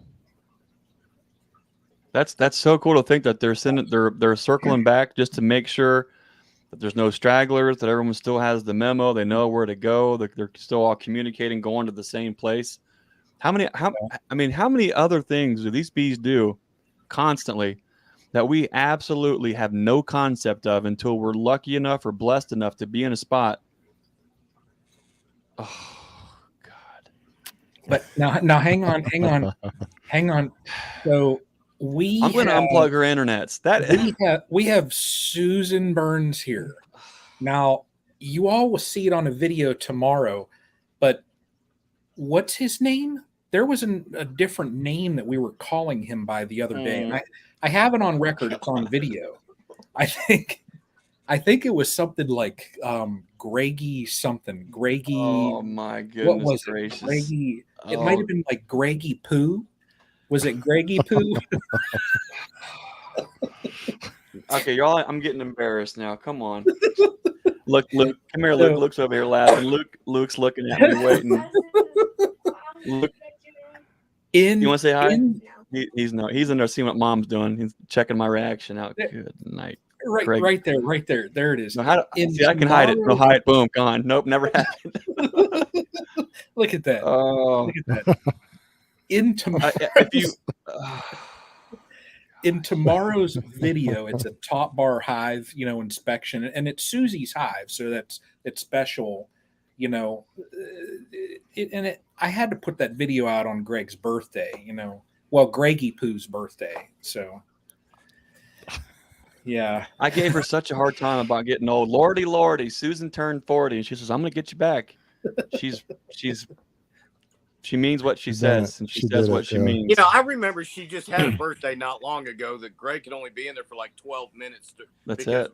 had to take her to dinner. I didn't realize all this infighting love that was This going Greggy Poo stuff. The Greggy Poo stuff. How about on. that? Yeah. Like that. I wonder if that'll even spread to Hive Life if people will walk past and be like, Greggy poo. look at that, it's Greggy Poo. Oh, it will. It will. Yeah, because Yappy don't let nothing like that go. Did you guys hear what Mom's? Is she setting me up in there? She's laughing. Okay. Well, we have fun around here. We've been married. I shouldn't even say that. I have to count back. Anyways, 22 years this year with 7 kids. We have fun. For Greg's live stream, comment should be StreamTeam B Castaway Greggy Poo. I have not heard. I have not heard my. I have not been called Greggy Poo since I was just a little kid. Thanks, Susie. Now, Brian, I think it's going to be the Susie's Top Bar channel just all the time. Nothing but Top Bar Hives Exactly it. from videos that she absolutely hates. Yeah. Oh, wow. Yeah. Anyways, on another note, this is just going to keep going. Look at this. Greggy Poo the beekeeper. oh boy. Well, check out that video. I know it was fun trying to get her in there a little bit. There's a couple other fun things in there. But I guess if you want to see, is this Top Bar Hive turning into just one heck of a mess? Is it the most beautiful thing you ever seen? Are the bees swarming? Are they getting ready to leave? Now, this Top Bar Hive, my dad couldn't keep bees in. I couldn't keep bees in. We made some adjustments. You can check out, actually, Brian on the Castle Hives channel, on this very channel. There's a couple of videos, I think, or at least one video of us putting bees in there, right? Yep. Yeah.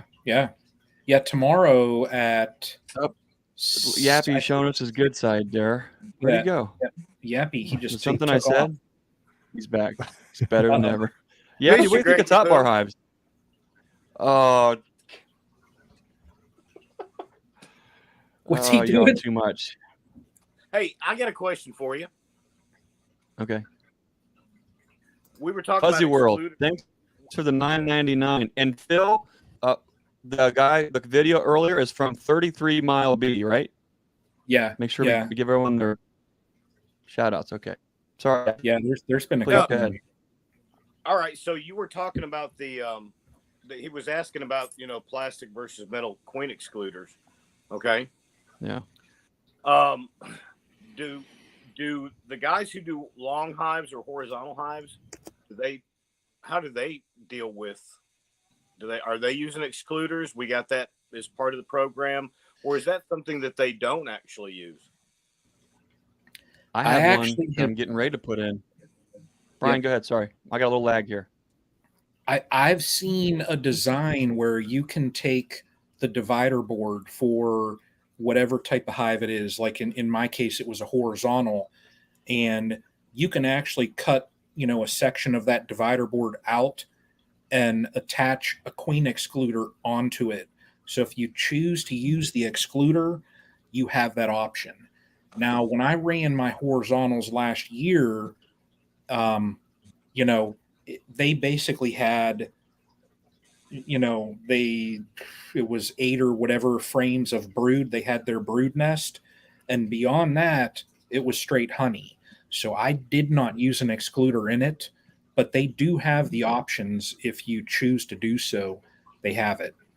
Yeah. I mean, it seems to me like the bees like to build up. And so and it seems like in the horizontal hives, and I don't have mine yet. I think Ricky's working on mine for me, but it seems like they would build like from the front back, and the brood would be more in the front. And then the further away they get, because they're limited in vertical motion. And so it seems like they wouldn't just, I think they're more likely, I would say, to go vertical and get in supers than they would be to go horizontal. Am I right about that? I know that once there's a honey rim, usually they won't go above that. Every once in a while you'll see one up there, but it seems to me like theoretically they wouldn't want to get over there.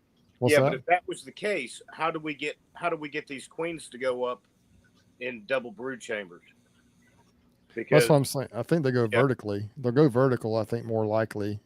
But I think they'll continue to go towards the back. Yeah. That's a good point. But it seems to me like once they get to a certain point in that honey, I guess it's kind of the same concept either way. Mm-hmm. I don't know. I've never all had bets one, are so off I on don't these know. horizontals though, because it seems like everything we think we know about the bees, they definitely don't read those books. And we Yeah. watched a package go absolutely bonkers in this thing. And what's really cool, what's really cool to see with this lighthouse hive. And if you're interested in the one that you see in the video, get with Ricky Rourke at horizontalbees.com and tell him you Mhm. want a lighthouse horizontal that you've seen on Nature's Image Farm. It's so cool because we can watch what it's the coolest thing in the world. Just to like, I'm thinking, okay, there's so many things, cool things we can do with this horizontal, and then how does it fit into a sideline? Da, da, da, da, da, da. But what is so cool is you can learn so many new things that you just totally wouldn't have the opportunity to see. When we put the package, what these bees are doing is they're actually like maintaining the honey and brood size as they go. So as you get into the early part of the colony, when there's like 3 and 4 frames of brood, there's 3 to 4 frames of honey on the outside. And then when there's a hatching and everything moves out, they're storing. So like on their own, with very little manipulations, they're actually almost self-regulating and going out, going out, going out, going out to where I think we're somewhere. I don't even know what we're at. We have completely filled the observation window and then are going outwards this way. So I think that's 10, Yeah. 12. I think the comment there from Joseph Rawls about brood frames 11 or 12, that could be right now. I think we were at somewhere maybe 14, 16 frames just since the package. And I've never seen, I've just never, I got to, as I get more experience with beekeeping, I'm trying to be very careful on what I say. And I think if anyone at all ever speaks in absolutes, like this is the only way to do something, or you have to have this kind of an entrance, or you have to have this kind of a thing, I'd be really leery in taking that to heart, because you will learn that if you just step back from that and just watch the bees, they will humble you quickly. Yep. I used to be, and I'll still say it, I've been guilty of it. The bees want to move up, not out. That's true in a 10 frame box. But what is cool is seeing that these bees are actually moving out in a different kind of a way in a horizontal that you don't see in a 10 frame box. There's something about having that available space outside of where they're working that they are still blowing me away on how much they're moving out. But in a 10 frame box, these, as Bruce would say, these jokers are just, they move out, and then they just kind of hang, and you got to take them up. There's something different about a horizontal. Maybe they can sense the overall size and cavity of the box.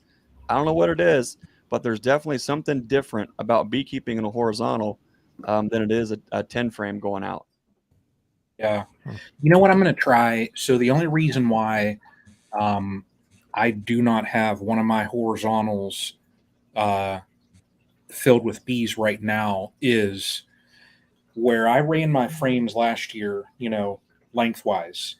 What I want to do, and I found over the winter where my bees had clustered at the very top of a frame in the front, and it's almost like they were trying to get around to the next frame where there was food.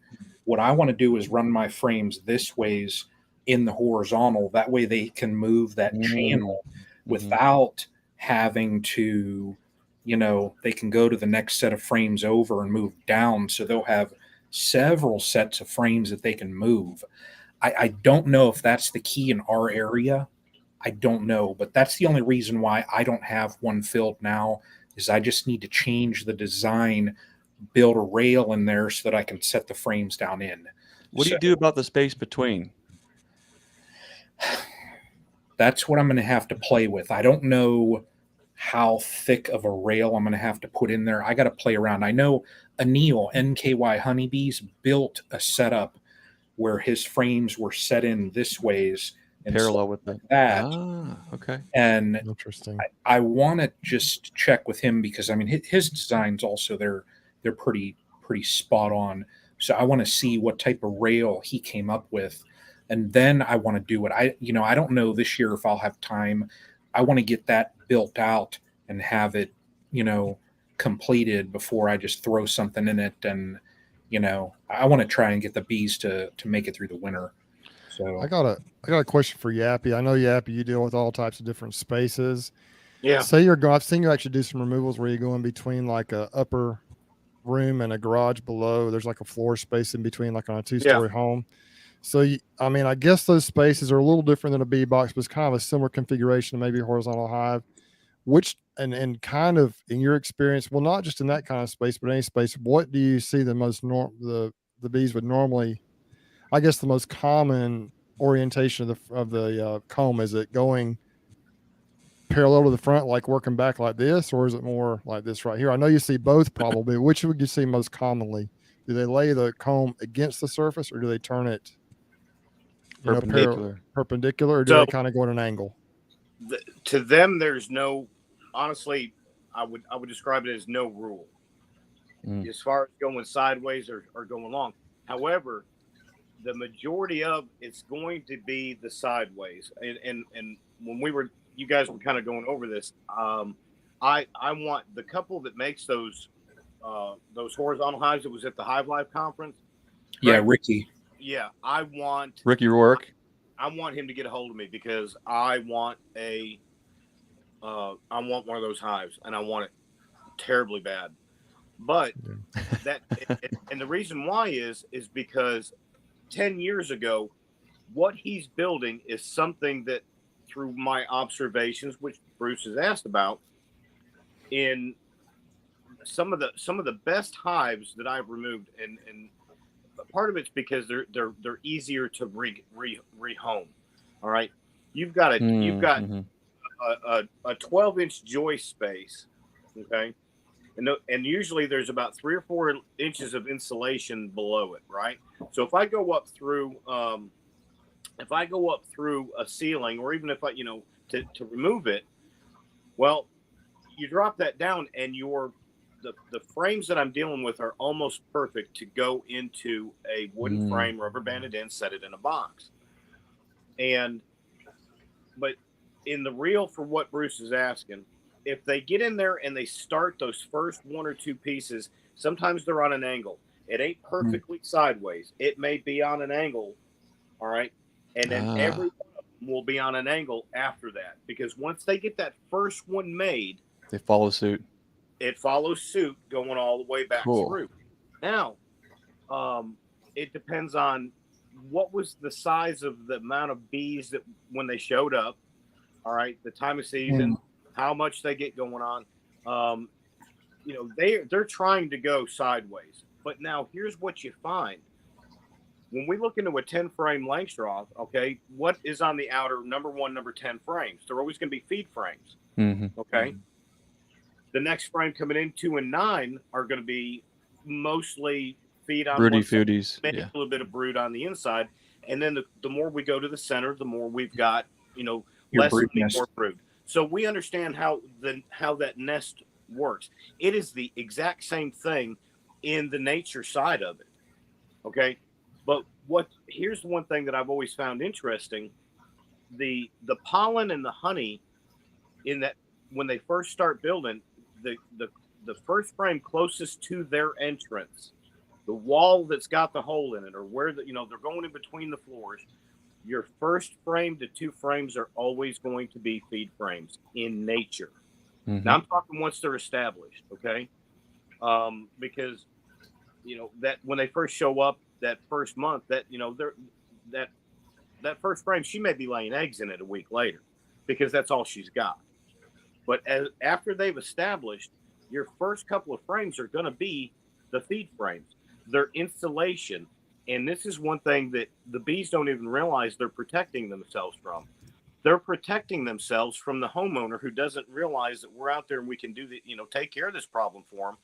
But they will literally not put their brood there, because if grandma decides to spray something up in there, it'll affect the outer side of 1 frame, and it gets that. And people who go to spray and try to exterminate a colony will almost always fail, because that first side is it's expendable for them. So, Interesting. But I've seen 6-8 frames of brood, and then all of a sudden have 3 feet of honey coming in behind it. I wonder if there's a difference. What's an average? You take an average 19 1/4 length subtract a little bit of bee space on either side of that. Let's just say 18 inches or so of bee frame. If you think of anyone who's built houses or you're in the construction trade, you know that most on-center joists, depending on which decade, which part of the country, and in which material, you're looking at either 12-inch centers, 16 or 24-inch on-center, either I-beams, engineered beams, or regular solid wood beams. I wonder if you see a difference on those 24-inch engineered beams or LVLs, if you see the bees do something different. And I'd be curious if they prefer a certain width, because I wonder if you get to like a 12-inch on-center stud, if they do, rather than being, if this is your stud walls or your floor joist, if they actually will turn that nest long ways and go at an angle to try to catch a 14-inch width or a 16-inch width and then go all the way down versus a 16-inch center or a 24-inch center. Next time you're in there, Yappy, I guess if you're underneath of a home, are you mostly seeing, I guess it all depends. Is it mostly mobile homes and trailers that you're underneath of, like immediately underneath of, like to pull the skirting back and go in? Or are you going, I guess sometimes you're probably going in between a basement, like Bruce said earlier, a basement and the first floor where you're getting into the actual crawl space or where the joists are. I wonder if you see a difference there on what they do, but based on the floor system. Not really. No. You'd be surprised. I've got like one video that was underneath a mobile home, and that was I actually was down in New Orleans with JP to do that one. I was down there visiting him for a couple of days, and we ain't gonna have fun if we ain't messing with bees. So, but the combing it was exactly perfect sideways. We literally could have. You would have. That's crazy. If that would have been in your long hive, you would have died to have that set up, and it was really absolutely huge. Yes. This is interesting here too. Have an observation hive in my house with the tube exit entrance. Different colonies have responded to the ventilation from the entrance differently. Huh. That is interesting. Hey, there was a question, Yappy, about JP, how he's doing. Uh-oh. That's all right. Drop my tea. There's a question about JP and how he's doing, and somebody asked that question a little while ago. You would be the guy to know. Yeah, JP's doing great. He the funny thing is he put out, I think, 2 videos here about a month and a half ago, put out a video or 2. And I'm not he ended up, I think he's got a lot on his plate. Nothing bad, nothing health wise, nothing horrible, but it just, you get busy, and absolutely. And it's guys, please understand, you don't realize how much it takes in effort that we have to put into some of these videos. Yeah. I'm a one-man production company. JP is literally a one-man production company. And what I produce and I put out on YouTube, Bruce is. Greg don't count. I don't count. I haven't put a video out, and I can't tell you how long. Exactly. Now, I almost like it that way. Brian's an aspiring cinematographer. I'm something. He's Fred Dunn Jr. is Castle Hives over here. Yeah, but it gets. I mean, the time frame that you and everything we got to put into all this, it tolls on you after a while. And JP's got every bit of 10 years of putting this stuff out and advancing and trying to keep the content going. You just get to the point where you take a break. Yeah, I hear you, man. I've got a lot of stuff right now. I need to get into on some videos, and I just get so tired being Fred Dunn editing. Got show and tell going on. DC Blessed Bees. We're working on getting videos from the Learning Yard here at Nature's Image Farm. Thankfully, our buddy Castle Hives here has been out, and he's taken some videos, and I really appreciate that. So go to his channel. You'll see all kind of different things of the Learning Yard. The top bar hive is just around the corner there at the farm in front of the old milk house. So there is some stuff going on there, but That's a story for a different day. We're just honestly just nose to the grindstone, fulfilling nuke and queen orders and just doing the things that have to get done at the farm first.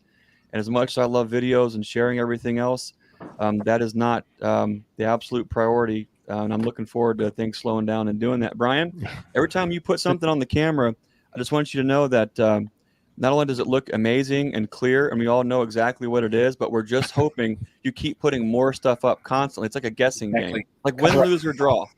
The chart here, it's a pollen chart, is what it is. It's got the colors with Skittles.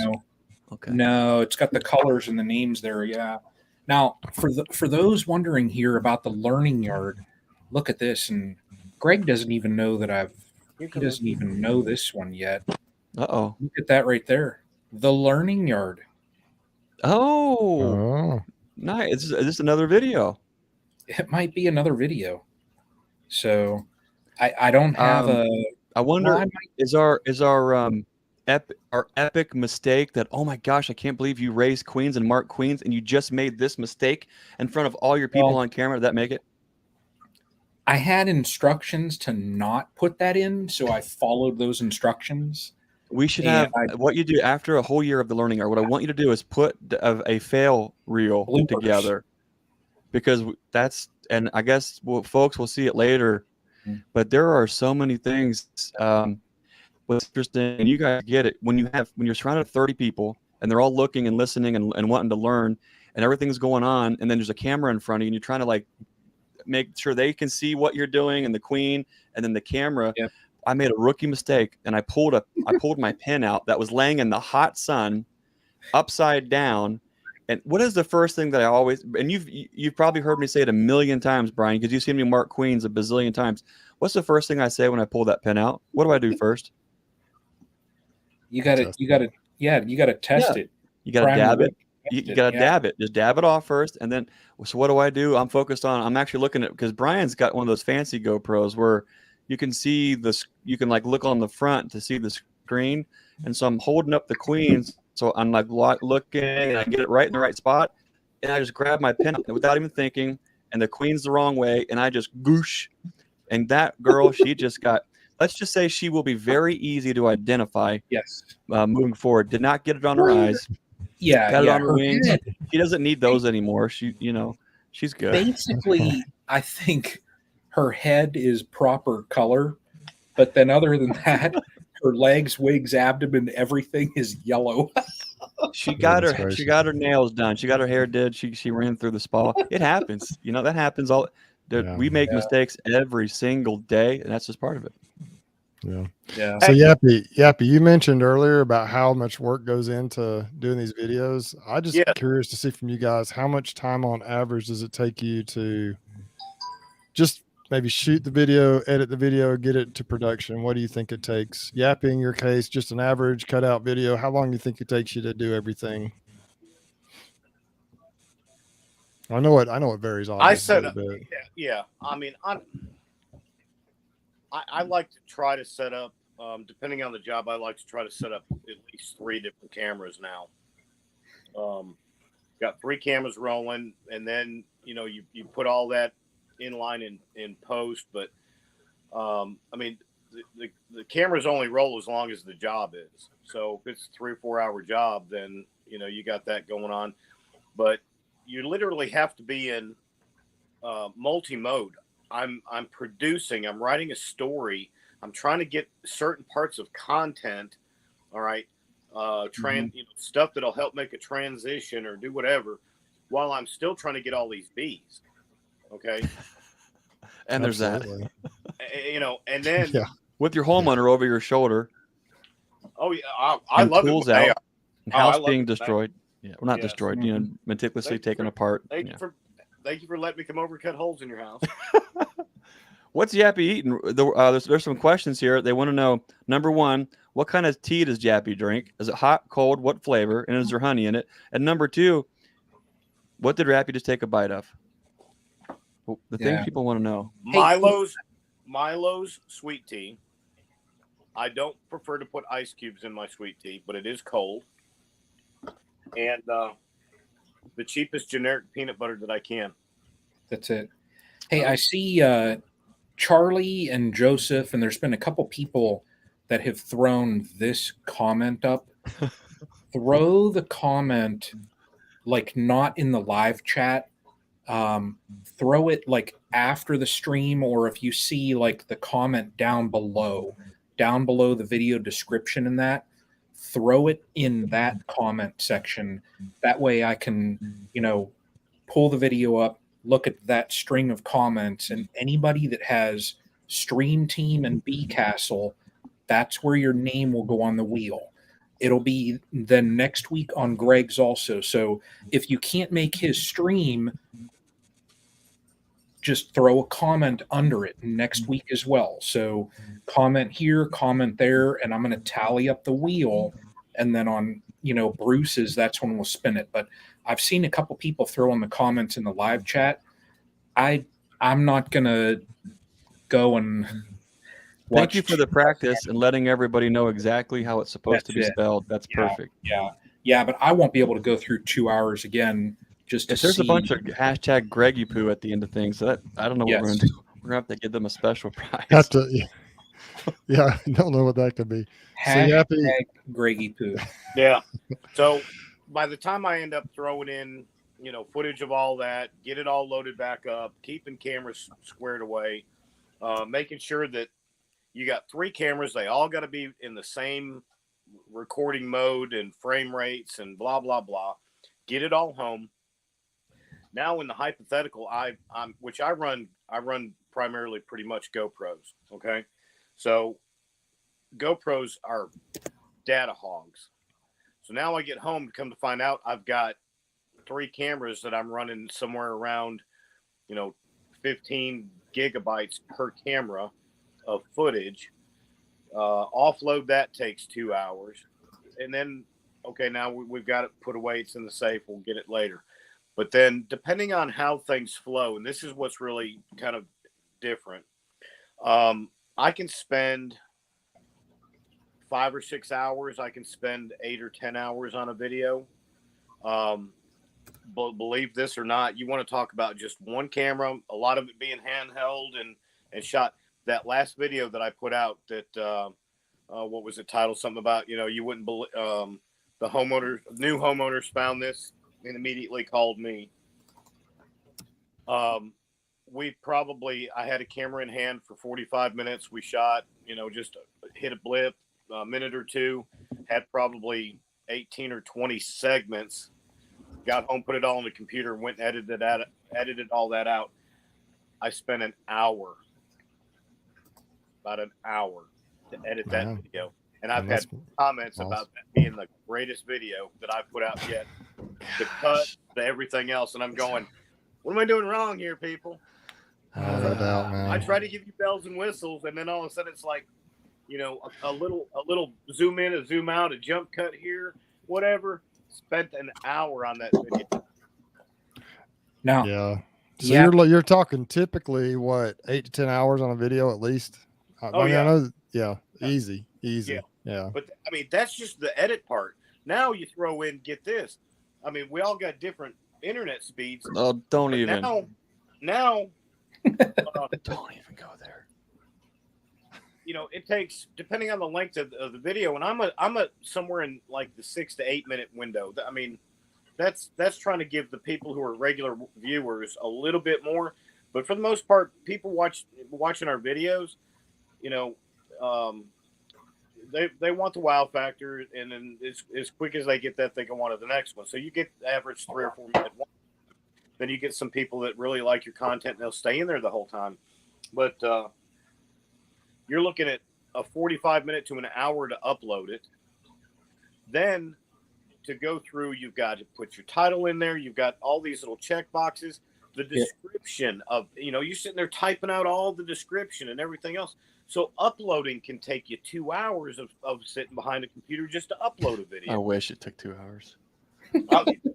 I know, but I mean, I'm not even going to talk about my speed. Just go ahead and play that tiny violin for me, Yappy, because I feel so bad, that a 20-minute video takes you 2 hours to upload.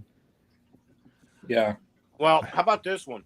We'll get Brian to what is it? Print me out one of them little tiny violins, and I'll play it for you at the next Hive Life conference. I could do that. I could do that. What do you guys do for hard drives? Because I swear, no matter what we buy, now if you try to buy a flash drive hard drive, so you can actually edit at the speed of light with whatever you're doing, by the time you try to even get into a 2 terabyte or a 4 terabyte and you're running 4K, it's burned up faster than you can do anything. I'm at the point now where I've got so many terabytes of hard drives burn up and just full of stuff. Like, what do you guys do with that? I mean, not shoot 4K so you can make space? I shoot everything in 1080-60.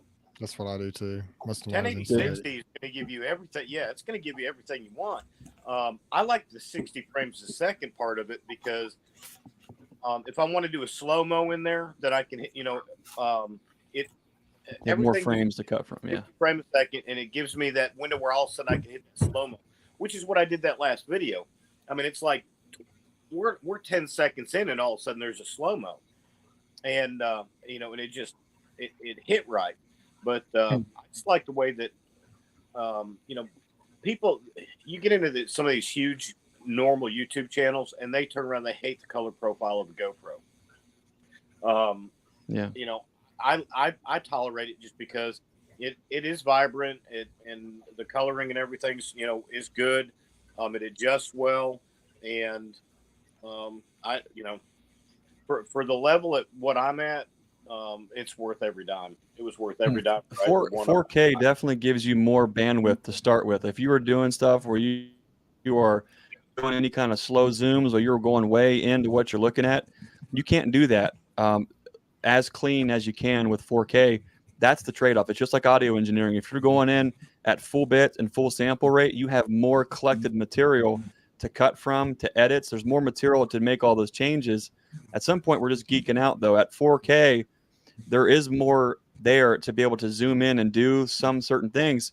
But I guess you have to pick and choose. Okay, what are you doing that with? If I stop doing the zooms all the way in and that kind of stuff and try to take advantage of different cameras, I mean, at this point, having 3 and 4 cameras like we used to catch angles and do all this kind of stuff, there's just no way we can it takes way too much time to sync. It takes way too much hard drive space.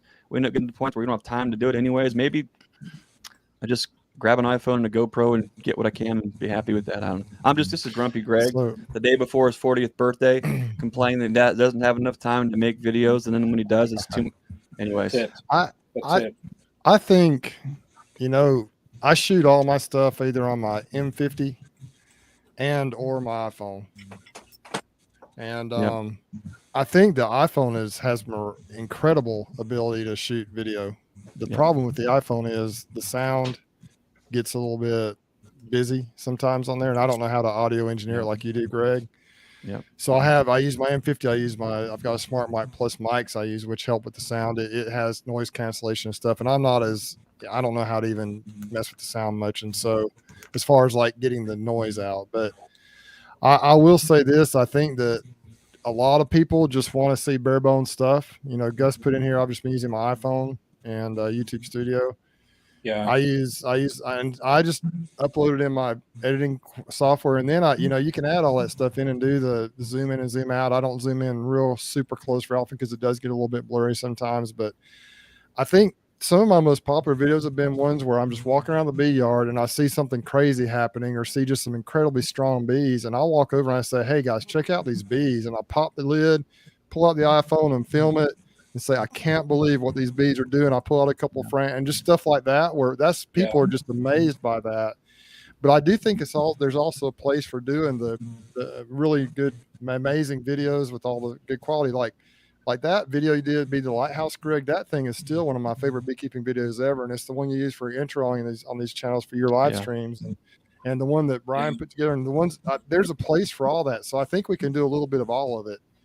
I have some videos where I put a lot of time into editing and try and do all the really neat stuff. And I have somewhere it's just, hey guys, here's a tip. Here's what I'm seeing, and check this out. And this is what this means. So I've got 3 or 4 different categories of things I do. And I think it's okay to do that. But it's like Yappy says, I mean, you put all this effort into them sometimes, and then you throw together something quick, and that's the one that just takes off. So I don't know. my most popular videos are not necessarily my favorite videos as far as quality, Yeah. but for some reason people really like those videos, and so I'm not sure.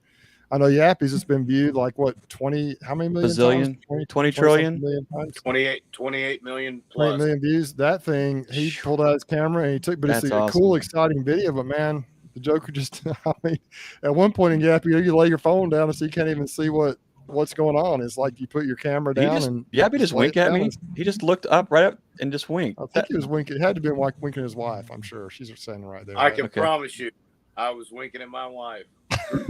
Thank God. Okay. Don't you be. I wouldn't know how to respond. Don't you do that? No. Yeah, he doesn't get going. Wink Oh, that's whoever I- hilarious.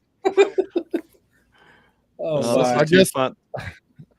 So I guess the point of all this, I guess the question I was getting at is just helping people understand the kind of work that goes into this. Yeah.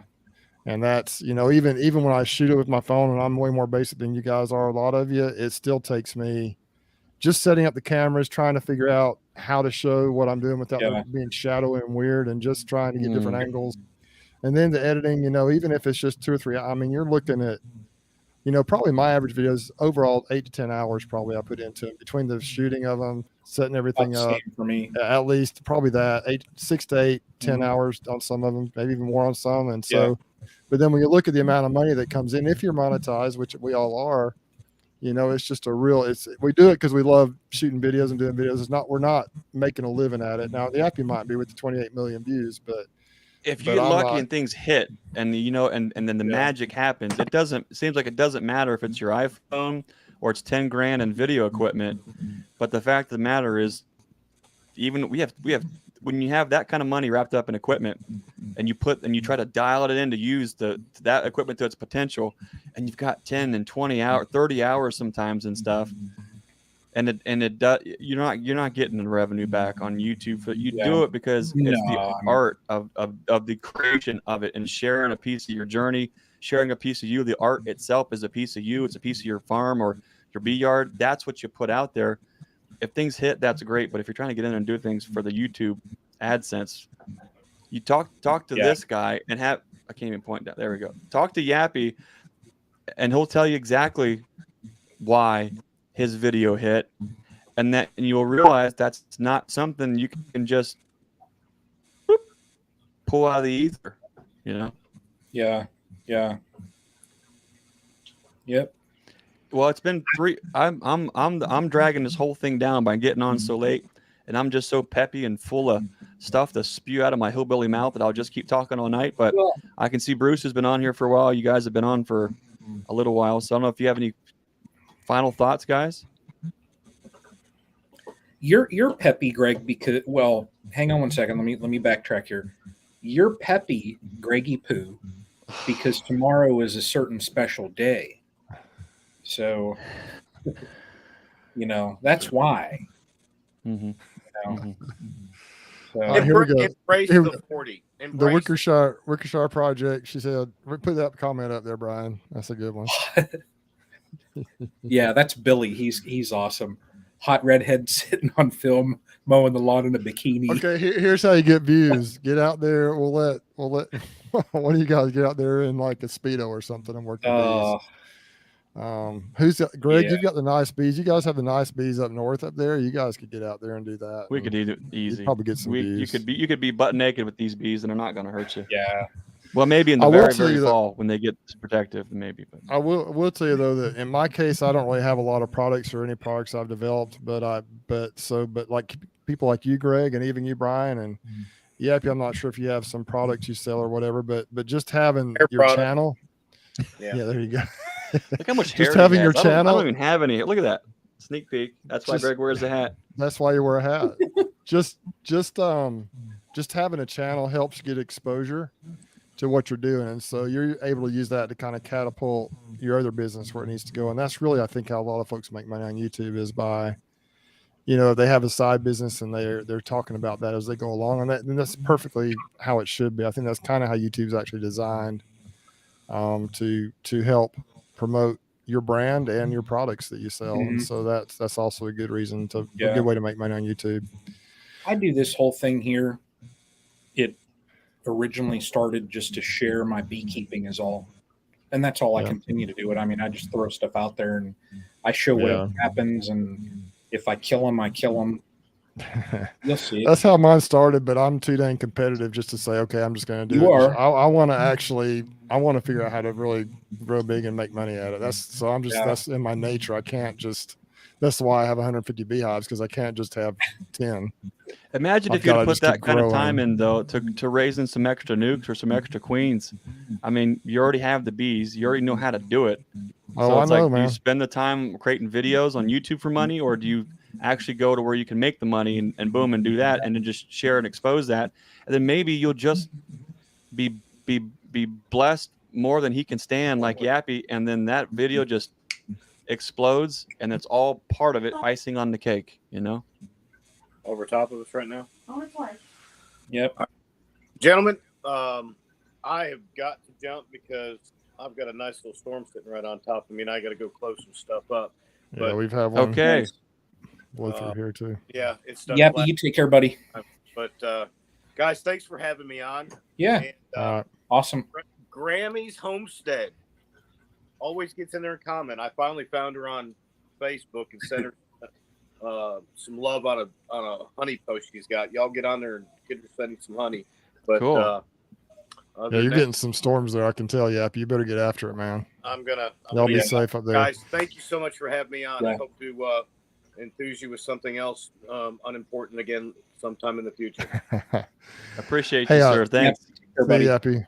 See Hey, I ya. like what Gus said here. About half his views are not subscribed, but I just don't want to be that like and subscribe guy. And so, I think it's okay to ask for that. But if it's, sometimes, Yeah. I don't know. There's mixed thoughts about that. But the truth is, if you look at your stats, most of the time, probably at least half of the views you get are not subscribed. And so that's actually, in my opinion, it's a good thing if a high percentage is not subscribed, because that means you're drawing people in that aren't your tip. We want consistent Your base followers, but outside it's your base. also great to have other people following. And so as you do that, the base will grow, in my opinion, as you continue to put out good content. And Gus, you put out great content, man. You're doing a great job up there. My last one that I had that went over 2. Let me see here. Where is it?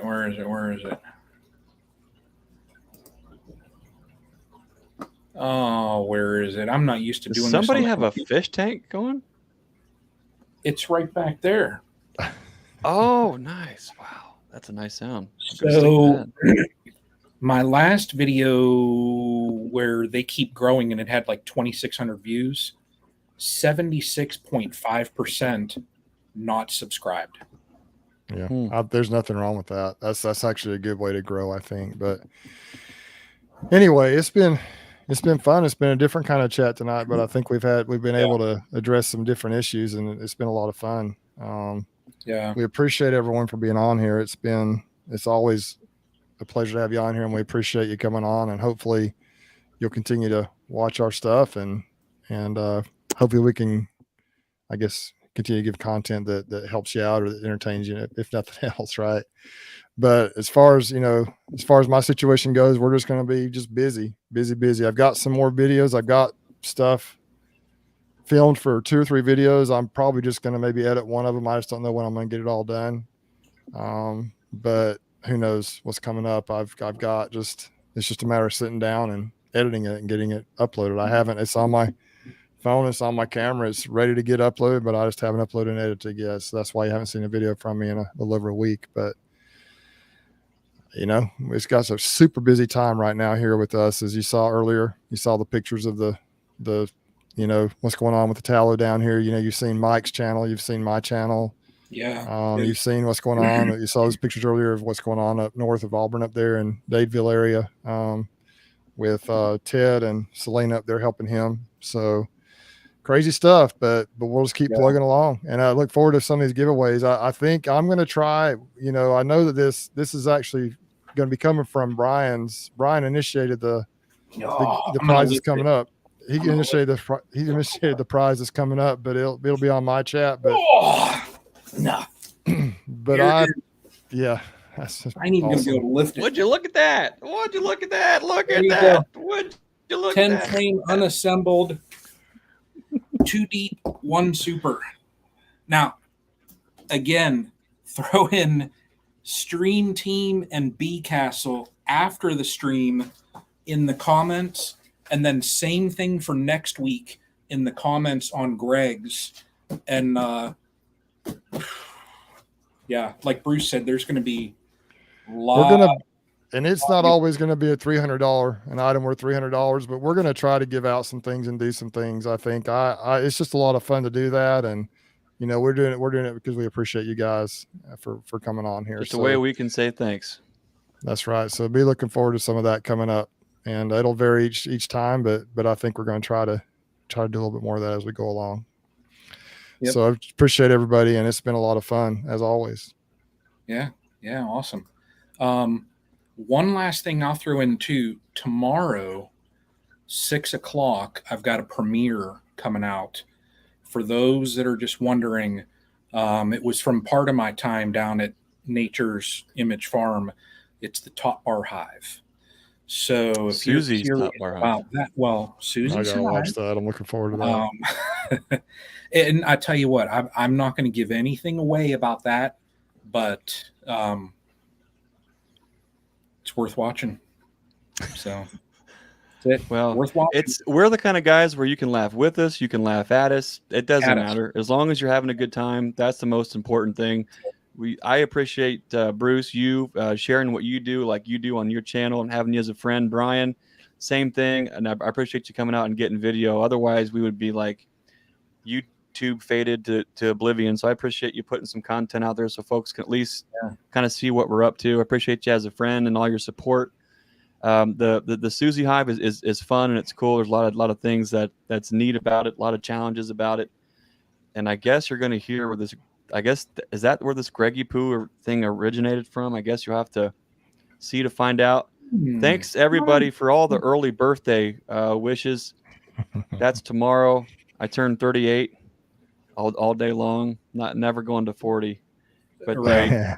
We need to get Ricky to do a horizontal hive with Greggy Poo on it. Hashtag right, Greggy that's Poo. it. Right. To put it right Greg next to Susie's Poo. hive. Put it right next to Susie's hive.